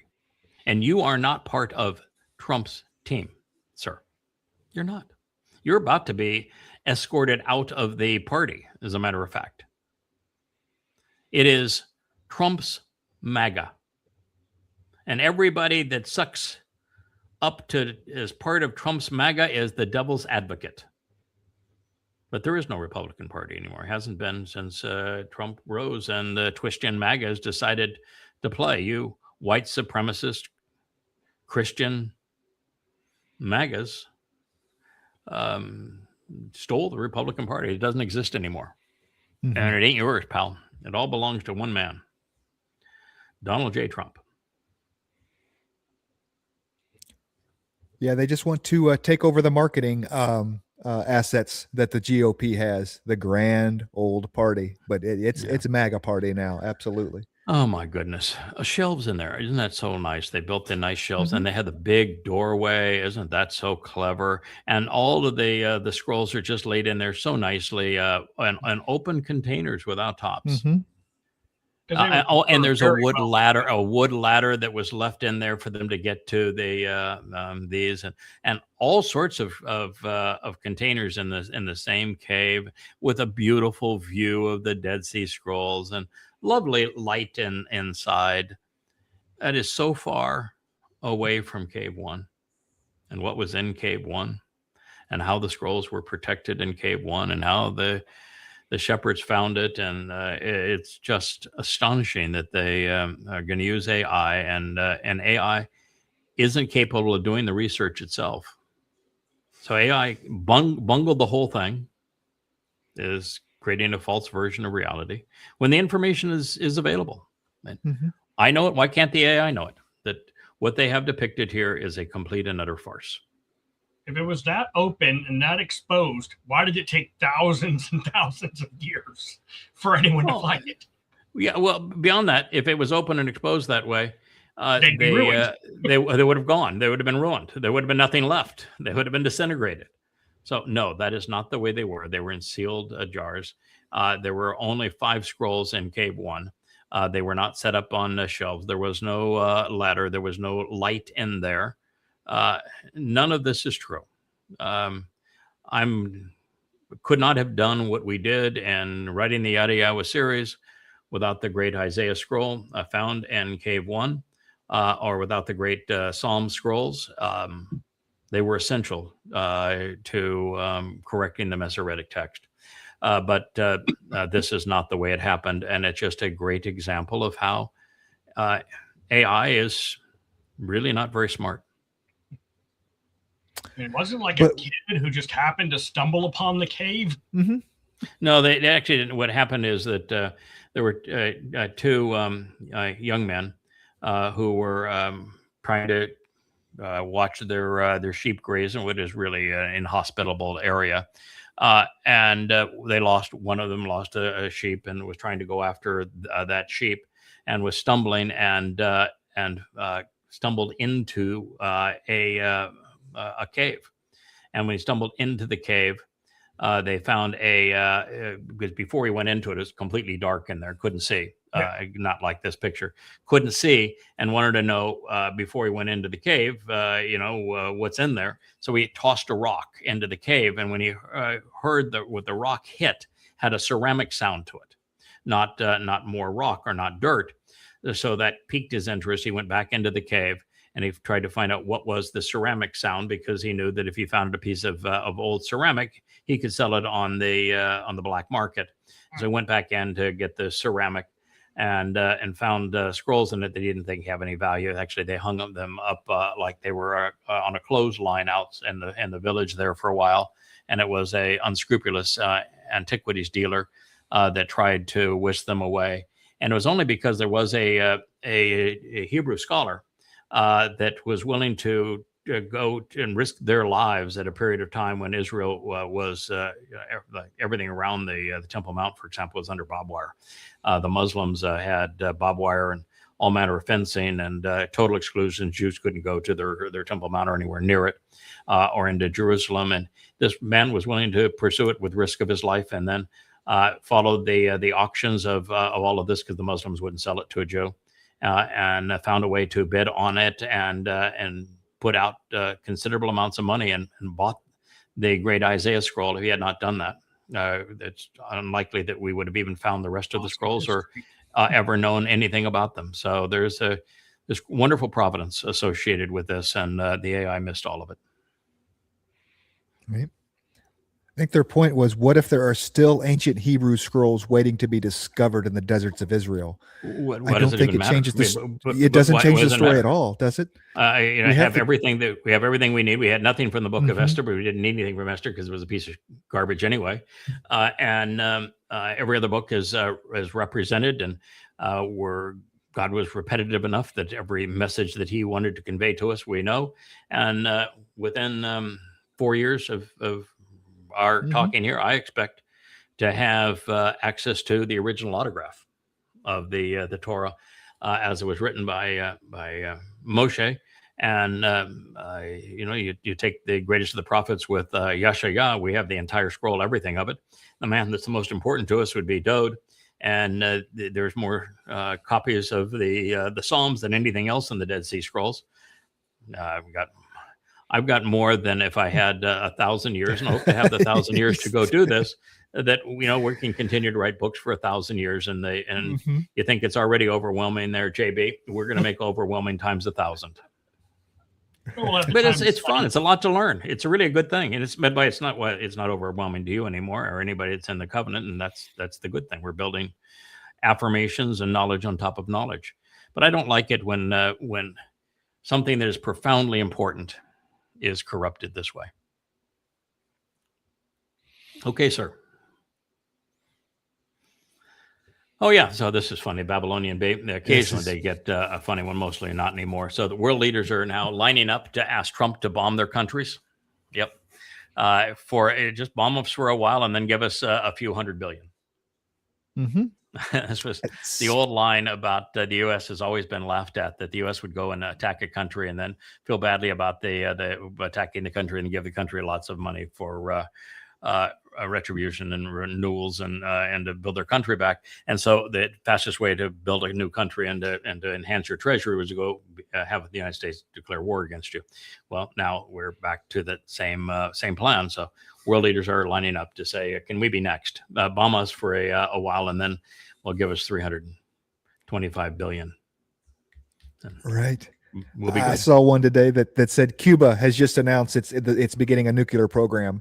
So yeah, there you go. Mm-hmm. Okay, what do we have next, sir? Oh yes, this is worth playing. We'll just play it because it's the then and then now, where Trump says, "I never wanted to eliminate their nuclear or their missile program," and then Trump says, "I never wanted regime change." So listen to the before. We're going to after. destroy their missiles and raise their missile industry to the ground. I'm saying that if other countries have them, it's a little bit unfair for them not to have some.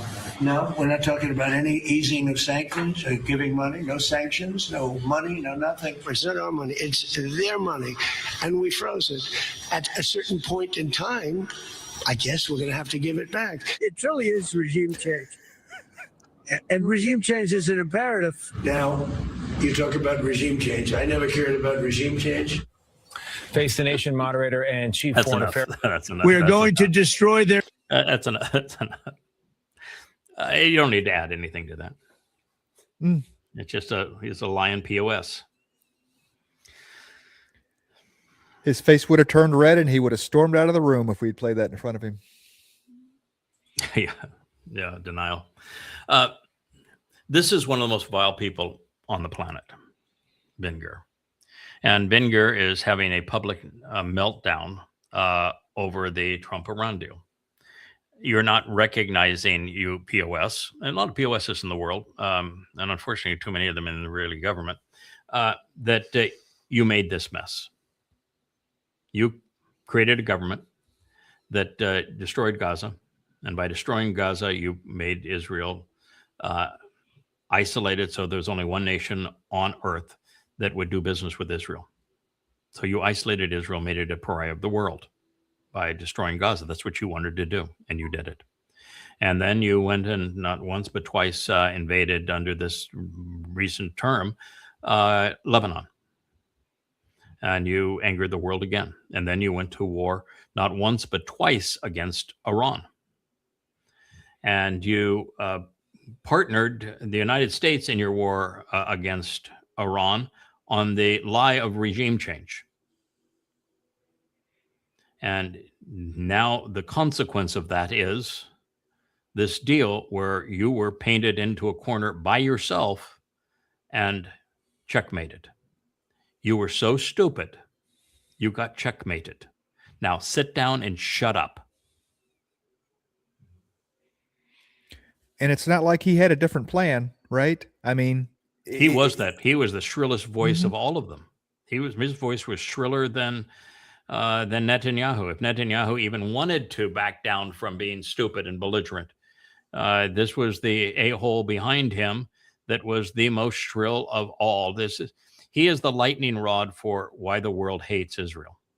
JB, it's tough to be in this position where you've got to hold Israel accountable for their mistakes, because we love Israel. I that really tears my heart out, but the prophets have been very clear that Israel entered the time of trouble exactly a month ago, and it's going to be there for the next 7 years, and that Israel is there because of their own stupidity and their own recalcitrance and their own stiff-necked behavior. And this next one here is proof of that. The first round of talks with Iran were supposed to start today. Eyeliner Boy was supposed to be in Switzerland where the discussions were supposed to take place. This is the discussion on the only part of the 12, there's a 14-point plan. There's only negotiation on one point of that plan. And it is the disposal to some extent, somewhere, somehow, of Iran's enriched uranium. That's it. Nothing else. That's the only thing that's open to discussion. And the discussions on it, which is the only thing America gets out of this whole deal, is that they were canceled. And they were canceled because Israel bombed Lebanon again. Now, Israel bombed Lebanon because, ostensibly because the battalion head and 3 others were in a tank, and the Lebanese have been very effective at drones, and they and Hezbollah destroyed a Israeli tank with the unit commander in it. And Israel did the only thing Israel knows how to do: you hit us, we hit you back. And they dropped bombs on Lebanon, and when they did, that's a violation of the first codicil, and you could say of that the Trump memorandum of understanding. And they said, so until you can rein in your ally, we're not meeting on the other issue, which is the uranium issue, and not having a bomb. So there you go, your choice, but you got to rein them in. It was checkmate for Israel, and Israel doesn't want to be checkmated. I understand that, but you have been checkmated. You have no options at this point. And so the Iranians are saying, no deal. We won't even talk to you. You're still committed, by the way, to releasing all sanctions because you signed that. You're still committed to releasing our $25 billion. You're still committed to releasing the $300 billion. You're still committed to pulling out of the blockade and removing yourself from the region. Those things you are all committed to doing, but we don't have to negotiate the point on enriched uranium until you are in compliance with the rest of the agreement. And right now you're not. Goodbye.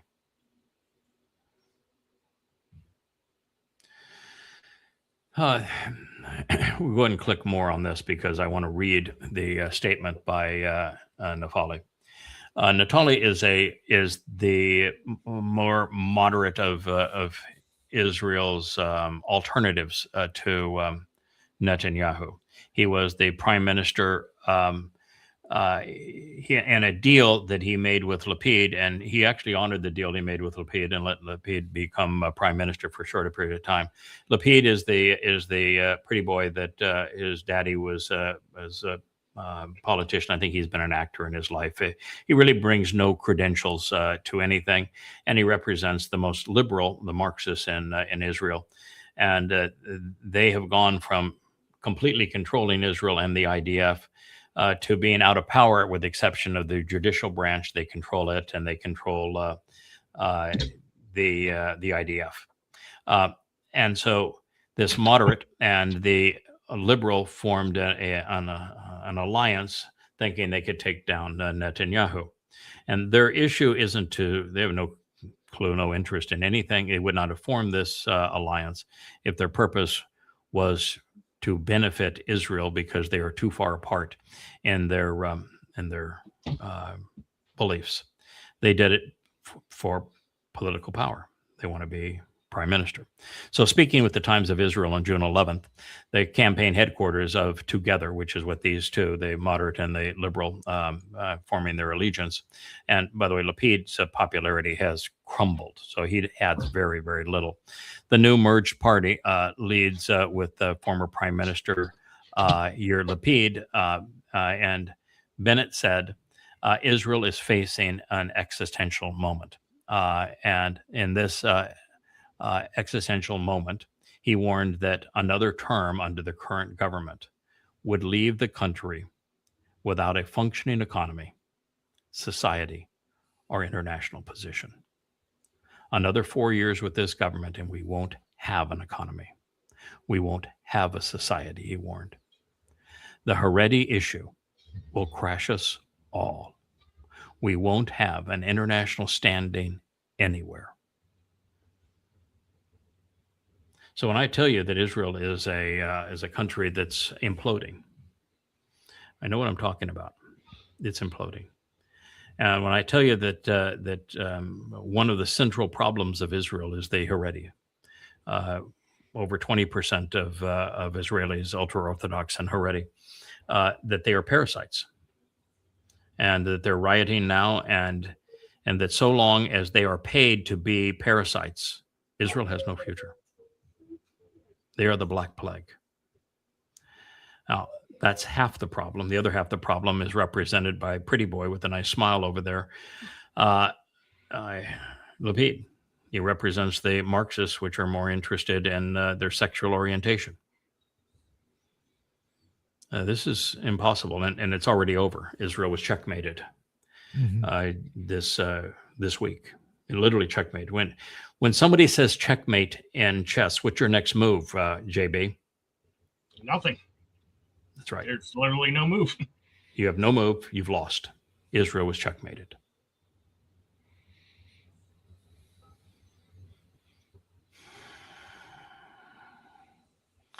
So this is on Dr. Jordan Peterson, who has become a promoter of religion as opposed to a psychiatrist. And he is on doing an interview where then you can hear the speaker, the famous guy. In fact, I've been on his show before, and he wants to make the point that the commandment, as they would say it, and it's not a commandment, it's an instruction, that thou shalt not kill is invalid, that it's an invalid translation, but that we shouldn't blame the King James Version for that. They didn't know that Hebrew has two words for kill, and that ratash and harag are very different terms, and that one means murder and the other one means kill. And so it says, do not murder. My guess, JB, you've been through this before and probably know, as I point out here, that there aren't just two Hebrew words for kill. There's 7, 8, 9. I mean, I just quickly off the top of my head, I wrote down 7 of them here, but all total, there's probably 12. And that if you were to explore on all of the lexicons the definition of ratash and harag, what you'll read is exactly the same definition. To kill, to slay, to slaughter, or murder. Premeditated or accidental. Now, the interesting thing about ratash that most people don't recognize, that it is very similar to the verb ratah, which means to be pleased with, to find favorable, and to accept. And if you want to make that correlation, then that would be premeditated killing, killing for pleasure. And that the only difference is the hey ending versus the che ending. So the words are very, very closely related, and both are verbs. And so it would shape this as something where you find killing pleasurable, like you're in the military. But harag, the word that he wants to have is just kill and not murder. Also means murder. So he's wrong. And then you've got katal, which means to slay, kill, or slaughter. Cha'al is to defile and make common and desecrate, but also to slay, fatally wound, and to pierce. Tabak, which is to slaughter, slay, butcher, and ruthlessly kill. Shakat, which is to kill, slaughter, and beat to death. And zabak, which is to slaughter, kill, and sacrifice. So lots of Hebrew words for it. He's wrong saying that there are two, and he's also wrong in saying the distinction between the two is one's murder and one is just killing. If you're going to make a statement and pretend to be an expert, you need to speak truthfully, and he's not. The instruction here is just one word long, because the subject and the object are woven into the verb, and as well as is the negation of the verb. But the instruction is understood by the imperfect conjugation. Yep. It's the imperfect conjugation that makes the distinction that's important, and he didn't know that and didn't say anything about that. And that's something that we've been teaching here for a very long time, that the imperfect conjugation is used on every single one of the statements, with exception of the one about mother and father being respected, which uses an imperative, which means that it is your choice. This is something you should choose if you want to elongate your life. So it's the only one that gives you a benefit if you do it, and gives you a choice where all the others are written in the imperfect. And by being written in the imperfect, what that means is you are not guilty of violating this instruction unless you continue to do something.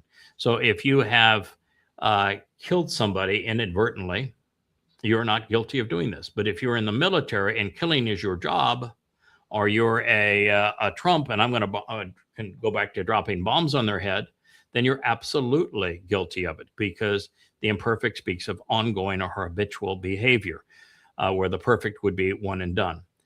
So they're all written so that we all have borne false testimony at one point or another, by either intent or by mistake. Mm-hmm. And the moment you stop, you're no longer in violation of the instruction. That's the part that is important here. You should not make a habit of killing. See, I've always loved that about the Hebrew language with the perfect and imperfect, because one time doing an action does not define you. Habitually doing it speaks to your personality, to your person. Yep. You know, that defines you. You know, everyone lies. Sometimes it's appropriate to lie. You know, if you were hiding Jews in Nazi Germany, lying to the SS was a good thing. You know, if someone's raping my daughter, killing him is a good thing. It is correct. Killing can be a good thing. Yes. The habit of killing defines you. That a one-time action does not define you. Habitual actions define you. Yeah. Moshe committed murder. Yeah. Premeditated murder. And then he tried to cover up the crime. So he committed murder. It was a good thing that he did. It was the ultimate test of his character, that he would stand up and kill somebody that was bludgeoning an innocent person to death. So killing is, but he never made a habit of killing. Yeah. So that's the point that should have been made, and that point was not made. Teaching is just be accurate. If you're going to speak for something that pertains to God, for God's sake, be accurate, or don't speak. Oh, this thing is just so whacked out weird that I don't even need to play. I almost thought it was a video game. Yeah, I play a little bit just to say that somebody is convinced that that God found a beast, and there were giant beasts that were tearing things apart, but one beast repented and said, "Oh God, I'm sorry that I'm such a bad beast." That God decided that he was going to bless the bad beast that turned into a repentant beast. It's just rubbish. I mean, not only is religion a mind virus, but now AI has caught it, because that's what this is. Yeah. The billionaire tax has made it onto the California ballot. Are you aware that the top 1% of earners, I've said this so many times, but they pay 40% of U.S. income tax, the top 1% of earners. So they're not paying their fair share. They're paying 4,000% of their fair share. It's the fact. They're not paying their fair share. They're paying 4,000% of their fair share. So I always hated with the Democratic, the wealthy need to pay their fair share. We all agree on that, but that's a very nebulous term. Yeah, what is fair? Your definition of fair, my definition of fair, but by any definition of fair, that's not fair. That 40%. Well, no, listen. If everybody paid the same percent, and the people that made the most therefore paid the most, because we're all paying the same percent. And it's some low percent, 1 or 2% of your income. I got no problem with that. That's fair for everybody.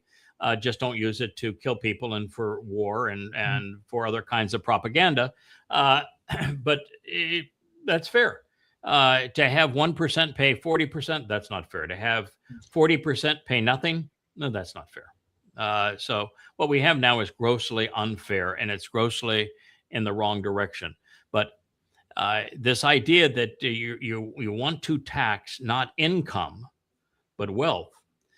This is the ultimate, and I have a post on this. We may not have the time to get to it, but that's the mistake that people can't fathom because they don't understand economics. If you were to tax stock gains, which is why that's how you would tax Bezos. Bezos' wealth is in stock. Ellison's wealth is in stock. Musk's wealth is in stock, and Zuckerberg's wealth, they're all in stock. And so if you were to tax their increased wealth when their value of their stock goes up, they would have to sell that stock to pay for the tax. And then when the stock went down, because they're selling so much stock and therefore it will go down based upon supply and demand, you would have to pay them for the money that you have taken from them, because now they're becoming less wealthy, and that change would mean you'd have to return the money that you took from them. And if you were to tax people based upon their share ownership, no one is going to own shares because you couldn't afford to pay tax on what is a marker. A stock is not money. You can't go to the grocery store and say, I'm going to give you a share of my stock. It is not money. It's not transferable in that way. And so the only way they could pay and the only thing that the U.S. government takes, they do not take stock certificates and taxation. They take the debt currency that we have. So if you were to require the largest shareholders, the Bezos of the world, for example, to pay a billionaire tax, then he's going to have to sell stock to do so, and no one is going to own stock. If there's no one's going to own stock, guess what? There'll be no investment in business. And if there's no investment in business, guess what? There are no employees. And if there's no employees, guess what? You have no economy. So guess what? You will then be able to tax those who have nothing. And what is it when you tax people who have nothing? It's called slavery. Mm-hmm. Everybody becomes a slave.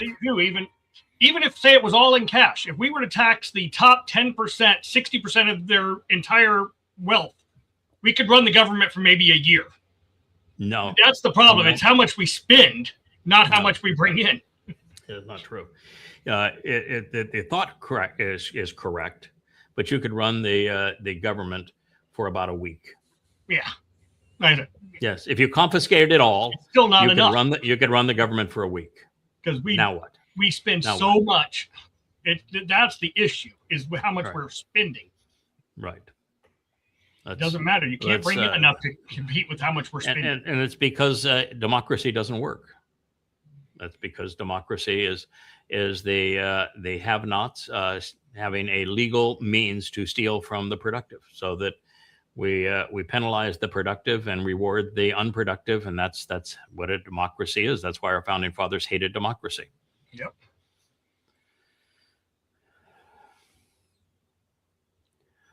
There's beautiful, there is ugly, and then there is this.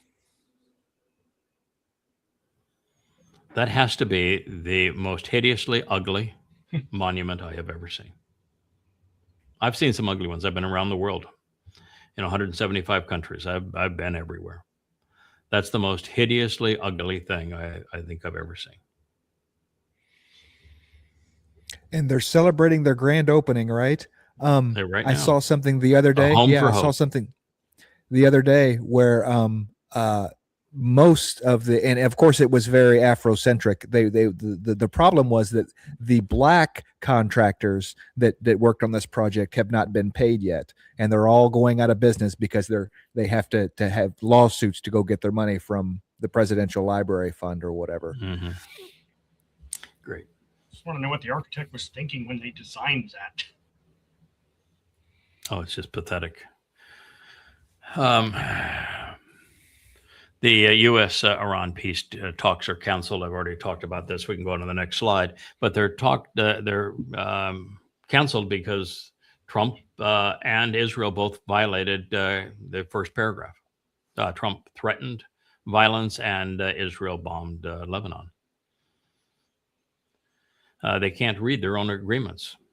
And Israel can say, we're not party to the agreement. Well, you attacked Iran and you lost, and you attacked Iran with the United States that wants out of the war. So it's your agreement too, whether you want it or not. Then, if you didn't want to be included in it, then you shouldn't have not only attacked Iran, but encouraged the attacks on Iran. This guy was my neighbor for years and years and years. The lie of an inconvenient truth and his story of global warming, which proved out to be completely untrue, at least based upon his theories. He took pictures of glaciers and showing the glaciers retreating. Well, the glaciers have been retreating since 1850, when we ended a warming period. And if the Earth were given the chance to go back into a cooling period, which would not be healthy for the Earth, they would grow again. And they have grown and retreated every 600 years based upon events that have nothing to do with man, and going way back millions and millions of years before humanity was even existed. And so the whole thing was predicated on a lie. It was easy to prove that it was a lie. And yet the Marxists, because it gave them control in a way to take money from people who were productive and keep a slice of it themselves, have been promoting it. And when he finally admitted, he says, well, while an inconvenient truth did not prove to be accurate, it did make me very rich. Mm-hmm. Thank you, Al Gore. Yeah, I met him many, many, many times, including in my own neighborhood. I think this is one we can play. And if we we can no, we won't play this one. This is not the one that I want to play. This one, he's asking for faith in President Trump. Right. Faith is religion. Mm-hmm. So what he's saying is, we're going to pretend like this is Christianity. You can't prove any of it. In fact, all evidence is to the contrary. But if you just believe, just believe. So that's what he's done. We're going to turn politics into religion, and you just believe. He's he's God. I say politics is religion. I talked before. I didn't grow up in a very religious family, but my family is very political. Yes, they are. Yeah, that is their religion. Yeah. My father was exceedingly religious, highly conspiratorial, and a racist, also an anti-Semite. And my mother was exceedingly religious, so I got it from both sides. I just ended up rejecting both of it. There was no substance to either of it. Politics and religion are two sides of the same coin. Yeah. Here's from The Atlantic saying Trump does not understand the war that he lost. Well, it's true, and it's called confabulation. And if you Google confabulation, you'll see people who confabulate present incorrect memories, ranging from subtle inaccuracies to surreal fabrications, and may include confusion or distortion in the temporal framing, timing, sequence, or duration of memories. In general, they are very confident about their recollections, even when challenged with contradictory evidence. And that's the kicker. They are confident in their recollections. That's the kicker. even when confronted with contradictory evidence, like that thing where he showed the three statements that he made prior to the war and the three statements after the war, and they're absolute opposites. I never said that. This is just worth seeing just a moment of this. And the reason I want people to see this is that Apocalypse Now, while a movie about all the things that were wrong about Vietnam, and it shows here an aerial attack that was very similar to what we did at My Lai, and you're killing indiscriminately women and children and blowing up villages. And you're doing it as patriots because you're out there saying, oh, yeah, go America. And all you have to do is to realize that you project force on people like that, just like we did in Iran. You blow up a school, you blow up hospitals, you blow up bridges, you rain hell down from the sky. And the people who you're raining hell down, the people that you drop bombs in the middle of their head, Mr. Trump, hate you. And they hate you for good reason. And that rather than prevailing and having a positive outcome, it leads to the country who does this being disrespected by the world. I just play a little bit of it. This is on YouTube. I don't think it'll play. Oh, okay. So it won't play. Okay. The thing that troubled me is I one of my favorite pieces of music is the Ride of the Valkyries, often called the March of the Valkyries. It was written by Robert Wagner. And And he's often associated with Nazism, even though he lived 100 years before the Nazis. And I was just trying to say, is there any way that I can actually enjoy this what is a stirring piece of music, well written? And so I decided before we played the thing, and now we can't play it, but you'll be able to play it, I think, on our website, because this has the UE helicopters coming in over a Vietnamese village and napalming them, and the high caliber machine guns are riveting bullets everywhere, and the Hueys are in an orchestrated fashion. It's beautiful the way they're presented in the sky, while the colonel says, "I want you to play the music," and they're playing the March of the Valkyries and playing it from speakers as they go in. And it's a devastating piece of movie making that causes you to have to face what the United States has done and what it did. This is what it did in Afghanistan. It's what it did in Iraq. It's what it did in Libya. It's what it did in Syria. It's what it has done in Iran. Mm-hmm. It's devastating to face this, and that's the purpose of it. Well, anyway, I wanted to tell you, JB, I did look up him. He, at the time he wrote this, he was a socialist. He was a Marxist. Hitler 100 years later was a Marxist as well. He was a socialist. So he was a socialist. He was an atheist. But towards the end of his life, he changed all that, and he became a raging anti-Semite. And he adapted this music for a Germanic Norse play based upon the superiority of paganism to the story in the Hebrew Bible. And so that's how March or Ride of the Valkyries came to be, is he was trying to show the superiority of Germanic paganism over the stories in the Hebrew Bible, because he didn't like Jews. And that's why Hitler ultimately liked his music. So that does it for me on Ride of the Valkyries. It's kind of a shame. I play it and it stirs memories, and it stirs the memories of this, which is, it's a tragic scene, but that the scene is fabricated. The people weren't actually killed in this movie, but it reveals what's wrong with the U.S. military. The irony of it is there are so many Americans that will watch that scene and be like, hell yeah. They don't realize it for what it's supposed to be, which was a condemnation of all of that. They'll just watch it. How many people quote the line, I love the smell of napalm in the morning. Mm-hmm. Thinking that's a good thing. Yeah. But I quote the line all the time because I know it's a very bad thing. Yeah. Yes. Yeah, it's one of the great movie lines of all time, but it's like everything else. You have to have the right perspective to understand what it is that you're witnessing. Perspective is often everything, and this was not to glorify war; it was to condemn war, and particularly the U.S. And Vietnam.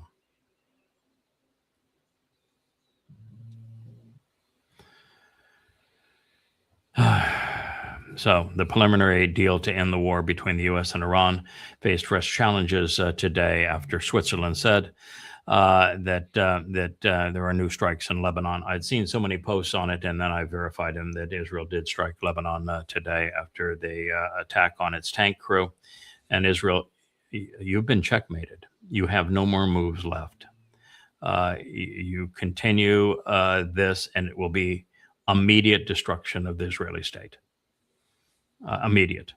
So you can pull out and be vulnerable because you've been checkmated, and it will be very costly to Israel. Or you can proceed to do as you have done, and it will cause the immediate demise of Israel. Checkmate means it's over for you. You've been played into a corner. At this point, there's no salvation of the Israeli state as a political entity or a religious entity. None. All you've got now is individuals returning to Yahweh. And the only way you're going to do that as you're Israeli now is to go to yadayah.com. That's the only place you're going to find that roadmap back. So that is where you are. And the sooner individually you begin to accept that, you're going to have individual Israelis that come home to Yahweh. But there is no saving. Checkmate means checkmate. The game's over. You lost. You were played for fools by Hamas and destroying Gaza. You set yourself up so you only have one ally in the world, and the ally that is your one ally is Satan. Literally Satan. The prophets have been very clear. You are now a vassal of Satan. We're going to play that clip. We're going to get to it here. I presented it twice today. I just didn't know it was going to be that far down. Maybe it's this one. This one though is not a video, so we can't play that one. That's the thought. It's a video. It'll play. Oh, it is. Play it, please. I saw the Axios report. That Netanyahu is fuming. That's not reflective of the conversations that I've had with him, but maybe he's saying something to somebody else that he's not saying to me. What I will say, and this does bother me, is that you've seen people within Bibi's cabinet who have come out and attacked the deal, and in some ways very personally attacked the president of the United States. And I guess my message to them would be twofold. Number one, Donald J. Trump is the only head of state in the entire world who is sympathetic to the nation of Israel at this moment in time. And he happens to be the head of state of the world's superpower. If I was in the cabinet of the Israeli government, I might not be attacking the only powerful ally that I have anywhere left in the entire world. And the second message I would give to some of those cabinet members, Bibi, to his credit, has not gone down this path, but to some of these cabinet members in Israel who are attacking the president of the United States, the other thing that I would say is that over the last 3 months, 2/3 of the defensive weapons that have protected your homeland have been built by American hands and paid for by American tax dollars. The problem for Israel is not Donald J. Trump. And anybody in Israel who thinks their biggest problem is the president of the United States needs to wake up and smell the reality of the situation that country is in. I saw the Axios. He is absolutely right and absolutely wrong. This is the single most devastating clip I have ever watched. It says exactly what I have been saying without him actually saying why that is so devastating. Israel, because of what it did in Gaza, its response to 10/7 was so inappropriate in the complete obliteration of Gaza. Israel turned the entire world against it. Not just to a point where nobody wants to support Israel, to the point that most people the world over hate Israel. That Israel is no longer looked at the victim of Islamic terrorism. They're the perpetrator of all manner of evil. That's how Israel is depicted because of Netanyahu's choice to do something really stupid in Gaza. And his attacks in Gaza were stupid. And Israelis, you own it because you supported it.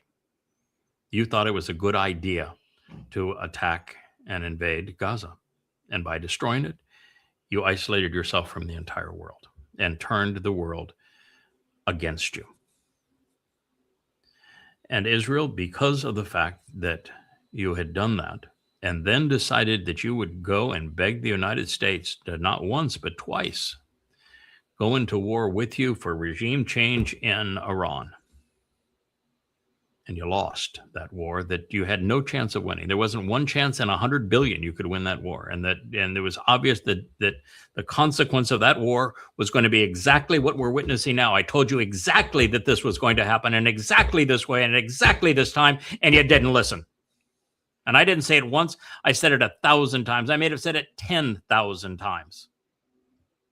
And that the worst part of the whole thing is that he is correct. There's only one person of political power in the world who will tolerate Israel. And Israel gets 60% of their weapons from that country. And that country has now turned on Israel. And you've been checkmated by that country. And oh, by the way, that leader of the country is Satan. Not just maybe a little demonic, not just a little insane, not just a bit grotesquely immoral. He is Satan. The prophets are never wrong. They depict him as Satan. I told you this 2 years ago, that Donald Trump is Satan. And that you were becoming a vassal of Donald Trump. And that what you did in Gaza was going to isolate you from everybody but Satan. And there you are now, because he's right. You get 60% of your weapons from a country that is now run by Satan, and you're the only person of any political influence in the world that will even tolerate you happens to be Satan. And you put yourself in this position. That's why it's checkmate. You allowed Hamas to play you so that you would destroy Gaza, which they wanted you to do, because you destroy Gaza and some 50,000 Muslims get to be martyrs. Well, it leads to the destruction and the isolation of Israel, which is what you did. And then you went off and doubled down by attacking Iran not once, but twice, making a bad situation much worse. Going all in with the United States when we told you, when the prophets told you that the president of the United States was Satan. He is Rahab. He is the corporeal manifestation of the adversary. He is that person that the prophets talked about, that warned you about. And you're in the time of trouble. This next 7 years, 2 out of every 3 Jews are going to die. This is where you are. I'm hoping we haven't lost the whole stream, as I'm looking at a completely blank page. We're still on here. Okay, well, I'm glad. So I've lost the stream here, but this is what you've done, Israel. You are now totally and completely at the mercy, and he has no mercy, of Donald J. Trump. You are a vassal of Donald J. Trump. And the prophets are absolutely clear. Donald J. Trump is the corporeal manifestation of Satan that destroys the world, and particularly Israel. He is the one who will betray you, and he has already done so. And now that you have messed up his surrender, so that he's got to go and surrender again, now that the world knows that he can't control you, even though he supplies all your weapons, even though he pounds his chest and says that he saved you, that's what you've done to yourself. So this clip from J.D. Vance tells you everything you need to know. You ought to hate this man, Donald Trump. You ought to recognize that Donald Trump is Satan. You ought to recognize that Donald Trump is the great betrayer.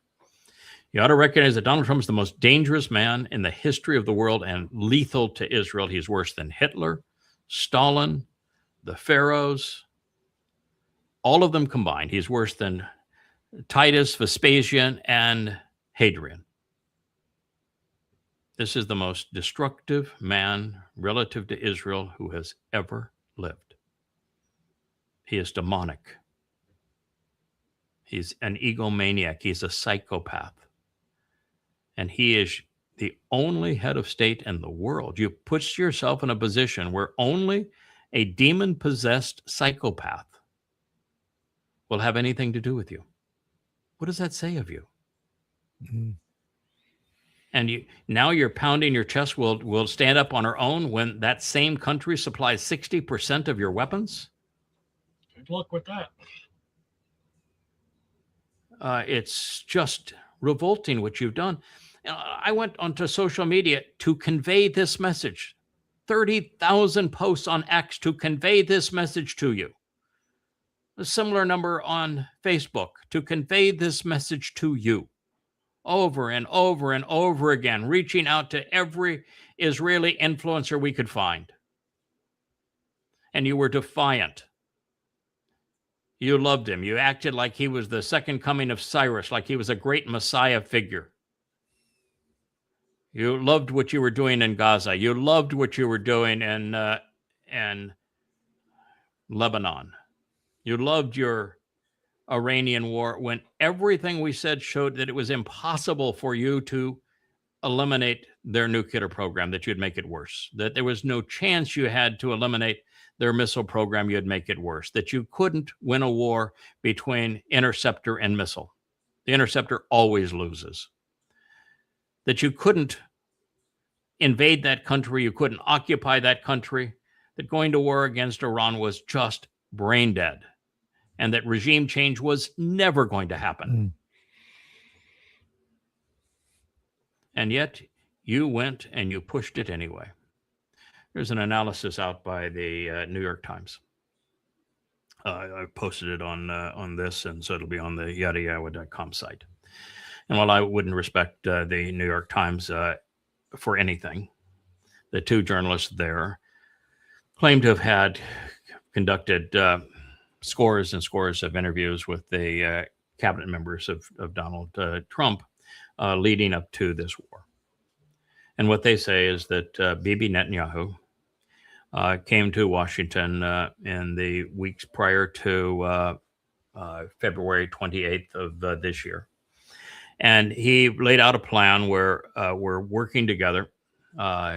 Israel and the United States could achieve regime change in Iran, could destroy Iran's capability of developing a nuclear bomb, and would weaken their missile program. That was his sales pitch, that the U.S. could do that with Israel, and that we could be great heroes, and we would end the Iranian nuclear threat, and we would get a favorable government to Israel in the West by this joint maneuver. He left, and so there was a senior cabinet meeting, and Secretary of State Rubio said, "This doesn't make any sense. Don't do this. You're not going to get any of those goals." The CIA director said the idea of regime change in Iran is pure fantasy. It's not even worth discussing. It's just pure fantasy. Hegseth, of course, the alcoholic weekend talk show host, say, "Yay, man, let's go. War, war, war. I love war." And Eyeliner Boy said, "If your goal is regime change, do not do this. It's not going to happen. If your goal is that you want to weaken their ability to fight, then, go ahead. I'll support you if you decide to go." And then they all looked to Trump as if he were a god. He survived his assassination attempts. He's survived all manner of political storms. He's been convicted of felonies, and yet he's the president of the United States. And they said, do what you want to do. We'll support you. And he decided to do what he did. And the result was exactly as we said before it happened. You do this thing, and there's no way out. And we've been saying it now for months and months and months and months, years, that if you do this thing, you'll have to surrender. There is no way out. And I said, there's not a possibility that you can negotiate something that will be beneficial. There is literally no way out. Mm-hmm. This is devastating. And the memorandum of understanding is worse than Versailles. It's a complete and utter surrender. In fact, it's far worse than any surrender that I could have possibly have imagined. I mean, it's the terms are worse than the Treaty of Versailles. And the worst part of the whole thing is that by that agreement in paragraph 1 was checkmate against Israel. Israel put in a position there was no move left on the board. The state of Israel as we know it is over. It's over. I mean, literally, there's no recovery. You did this to yourself. And the only hope now is individual and return to Yahweh. That's it. Mm-hmm. But that speech by J.D. Vance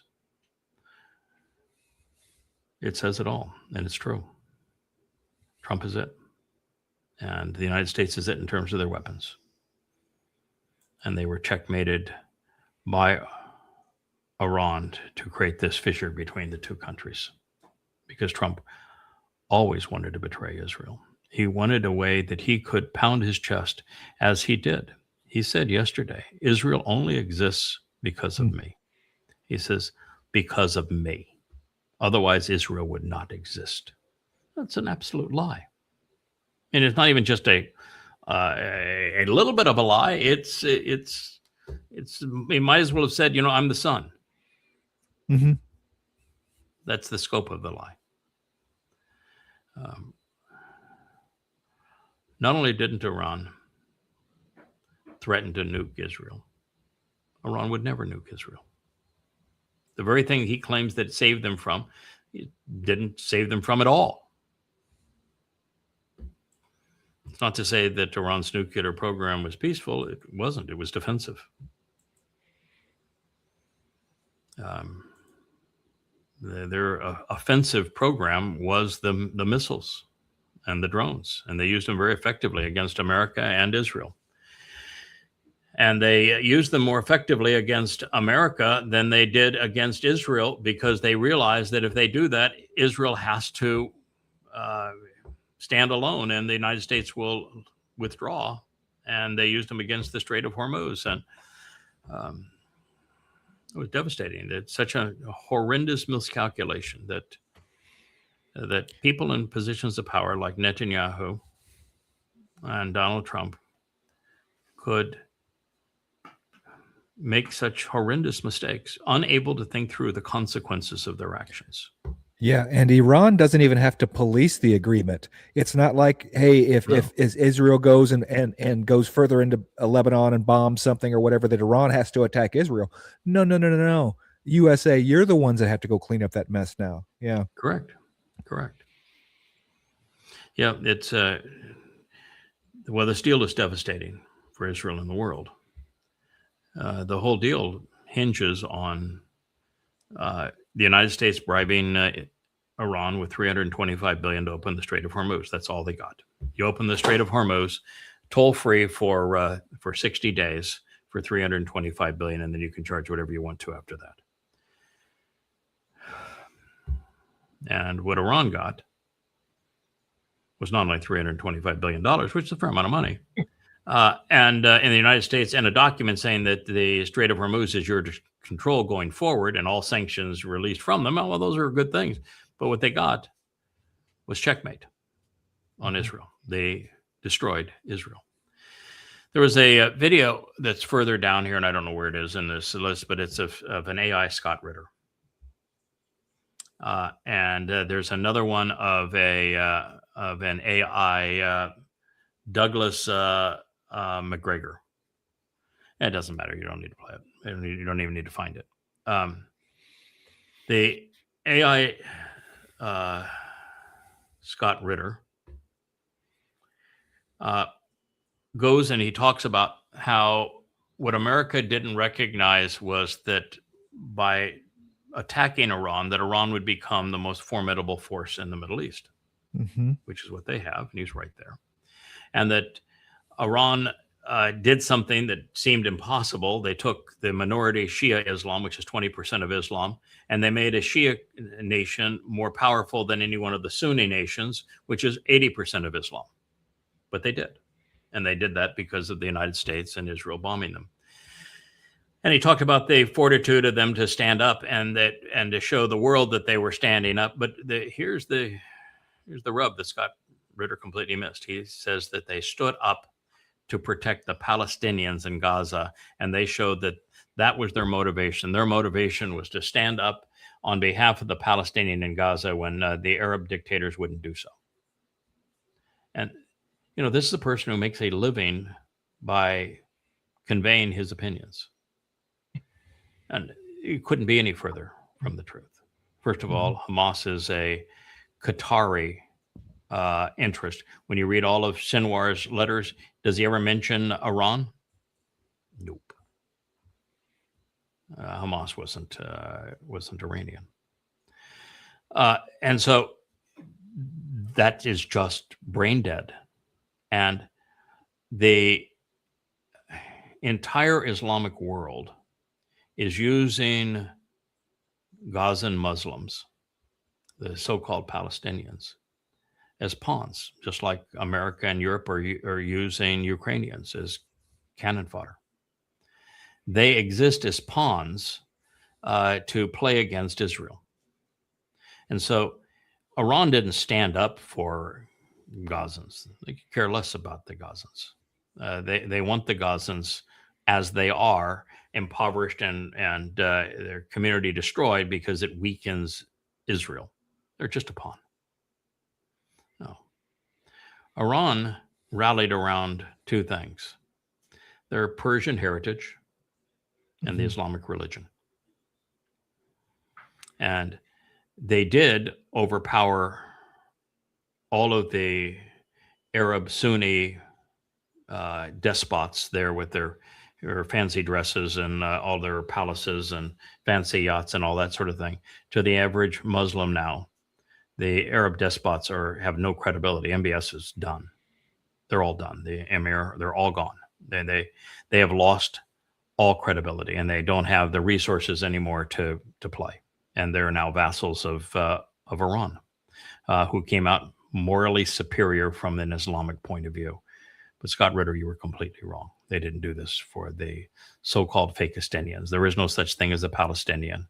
And they are universally hated in all of the Islamic capitals. They know who they are. They're nothing but cannon fodder. And then you had Douglas MacArthur, or what's his name? McGregor, Douglas McGregor. I have listened to him for the last time. I'll never listen to him again. There's a post from him that is so vile. He goes into, he decides he's going to tell us his conspiracy theory. And it's his conspiracy theory for World War II. And his conspiracy theory for World War II is that the Jews decided they wanted the war with Germany because they wanted to make lots of money. And so they thought that they could buy the alcoholic Churchill and control Churchill, who was an alcoholic and broke, and enough money from the Jews, they would do that. And that Roosevelt bought into this scheme that he could make lots of money by starting a war against Germany, and that the bankers that were all Jewish convinced FDR that a war against Germany would be really profitable for him. And this was his conspiracy. It's akin to the protocols of the elders of Zion. It was to hear him present his theory on World War II. And to blame it all on Jews just tells you everything you need to know about that sorry soul who is now hellbound. I will never, ever, ever listen to him again. And Scott Ritter, you were right about Iran's rise. You just don't know what the motivation was, and you were completely wrong. It's a real shame what's happened to this world. But the biggest shame of all is what's happened to Israel and how Israel has been checkmated. The state of Israel is done. Doesn't matter what you vote for. Doesn't matter if finally you realize the Haredi are parasites and you do away with them. You quarantine them, you stop giving them money, which be very difficult to do in Israel, or that you convince the Marxists in Tel Aviv that there's something more important than their sexual orientation. It's just over. You have no weapons supplier. You have no ally. You have a whole world that's against you. And you did this to yourselves, and you were played into a position where it's checkmate. So Israel, you're now in the time of trouble, and you're completely isolated. There's a single hope. Turn to yadayah.com and start reading. And don't stop. That's your only hope. Yadayah.com. Start reading. Doesn't even matter where you start. Just start. and read every night. And there'll be hope for you individually. Heck, we're even reading it to you. So show up tonight for the family hour, and we'll read it to you. We'll sing it to you. We'll read it to you. But it'll be a family hour tonight. Thank you, JB. Man, I love having you on the program. It's there's something highly satisfying knowing that you have such a long history with somebody who is resolutely rational, who loves to search for evidence and will apply strict rules of logic, who has even engaged in doing what has driven our message from the beginning, which is translation, and looking at the oldest manuscripts and actually having a hand at it and seeing really what goes into it. It's not easy to do. And there's something even more important than translation. And that is when you then try to explain it to people, because it's the explanation that has the power, helping people understand it. And you've even gone into that as well, and you've cataloged where we have been all along the way. And as you know, Richard here is here largely because of your site. Yep.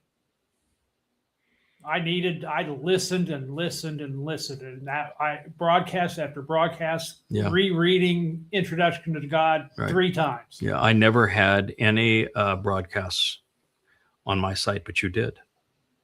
And people that had heard me on one radio show said, "I want to hear more and more and more and more." And you had the books there, you had the broadcast there, you had an open discussion with people there, and for a while, Richard McCord did as well. And between the two, you facilitated a very significant number of the people who have grown with us into this covenant family. And everybody has come the same way. Reading, learning, investigating, verifying, thinking. And it's what Israel must do now if they're going to, Israel's not going to survive, but if there's going to be a surviving remnant, and there will be, there will be Israelites who will be part of the next 2 harvests. This is the only way to do that. And somewhere deep down now, you got to know that you're in a pickle, and there's no way out of this one. As you now have these last few days, you've tried to engage the Israeli posters that I scolded for the last 2 years and told them this was what they were headed towards. Do you have any of them that are admitting, we really screwed up, we're in a terrible spot? I'm seeing a few now, but they're small potatoes, 500, people. But, I commented to Lisa Rosen again this morning. I'm still going to do the I Told You So tour for a little while. Absolutely. Everybody should do the I Told You So tour. Yeah. We all should do it because we told them so. And now it is so. And it's not just so in a subtle way. It's not just so in a way, we've survived other things. We'll survive this too. Mm-hmm. No, that's their attitude. It's we'll go at it alone. No. This is checkmate. There is no going at it alone. You're in a world where you don't make enough of your weapon systems, and your economy is not independent. You are totally dependent on the United States, and the United States is now run by a psychopath who is demon possessed. And he is on record through the prophets committed to the betrayal of Israel. And that's the person that you have allowed to determine your fate. And he has, and it's over. So Israel, another squadron of F-35s is not going to make any difference. In fact, it's going to make things worse for you. Another election is not going to make any difference.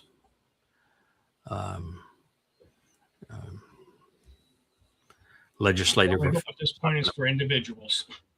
Yeah, all there is now is hope for individuals. There is no hope for the state of Israel. It is over. No political solution, no religious solution, no cultural solution. It's literally over. And Jews, you're going to have to realize that there's no such thing as a Jew. It's a bogus name. There's no history of a people called Jews. You can be Israelites, and you need to know what side of the coin you're going to be on, because Yisrael means both those who contend and struggle with God and those who engage and endure with God. And you've got to make which side of that you're going to be on. And you need to return to being Yehudim, which is a compound of Yahweh's name and Dod's name, and means Yahweh's beloved. And if you shirk this horrible name Jew and you re-embrace Yehud, and in the plural Yehudim, and understand the right side of Yisrael, you recognize who Yahweh is and who his beloved son is, who your Messiah is, who your king is. And it's not that fraud that you promoted through the Rabbi Paul. It's Dod. He's your king. He's the one who's returning. He's your savior. He's the one who fulfilled Pesach Matzah B'Kodim. And you know nothing of this. You need to start reading. The truth has always been there. You've been blinded to it because you've been so obnoxious. And now it's over. Now, you can say, well, I don't live in the state of Israel, so it's no big deal to me. What happened the last time anti-Semitism was at this level and there was no state of Israel? Do I have to remind you? 6 million. Mm-hmm. So you need to care and care deeply.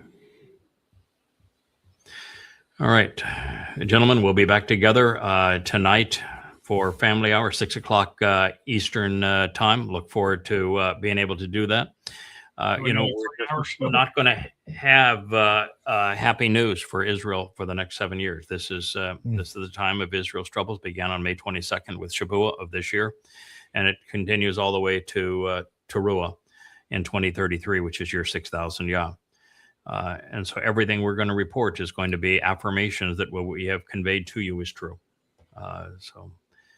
The hope is, the positive is, listen to what we have to say. We don't want anything from you.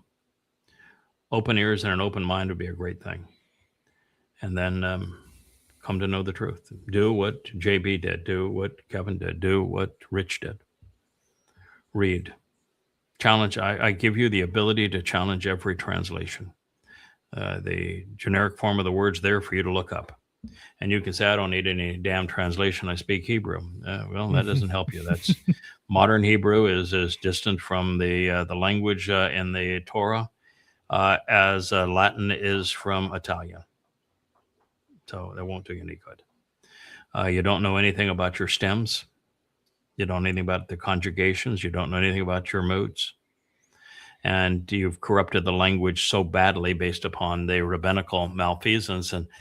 And your vocabulary is a blend of a tiny slice of misappropriated, misconstrued Torah, stripped of their real meaning of those words, blended with a large dose of Talmud, a lot of Yiddish, and English as you move into the modern age. And so, yeah, you can't even transliterate the words correctly in Hebrew. You're applying the wrong letters, and the letters have meaning, and you're representing them incorrectly. So, yes, you do need it translated. It's the only way you're going to ever understand it.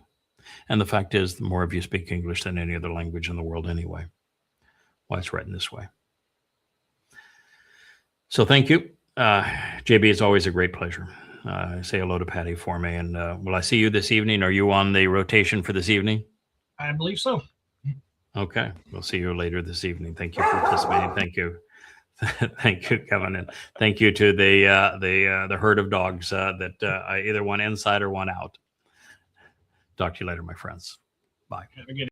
Hey there, thanks for tuning in. That was Fetch. Gotta run now. Catch y'all on our next podcast.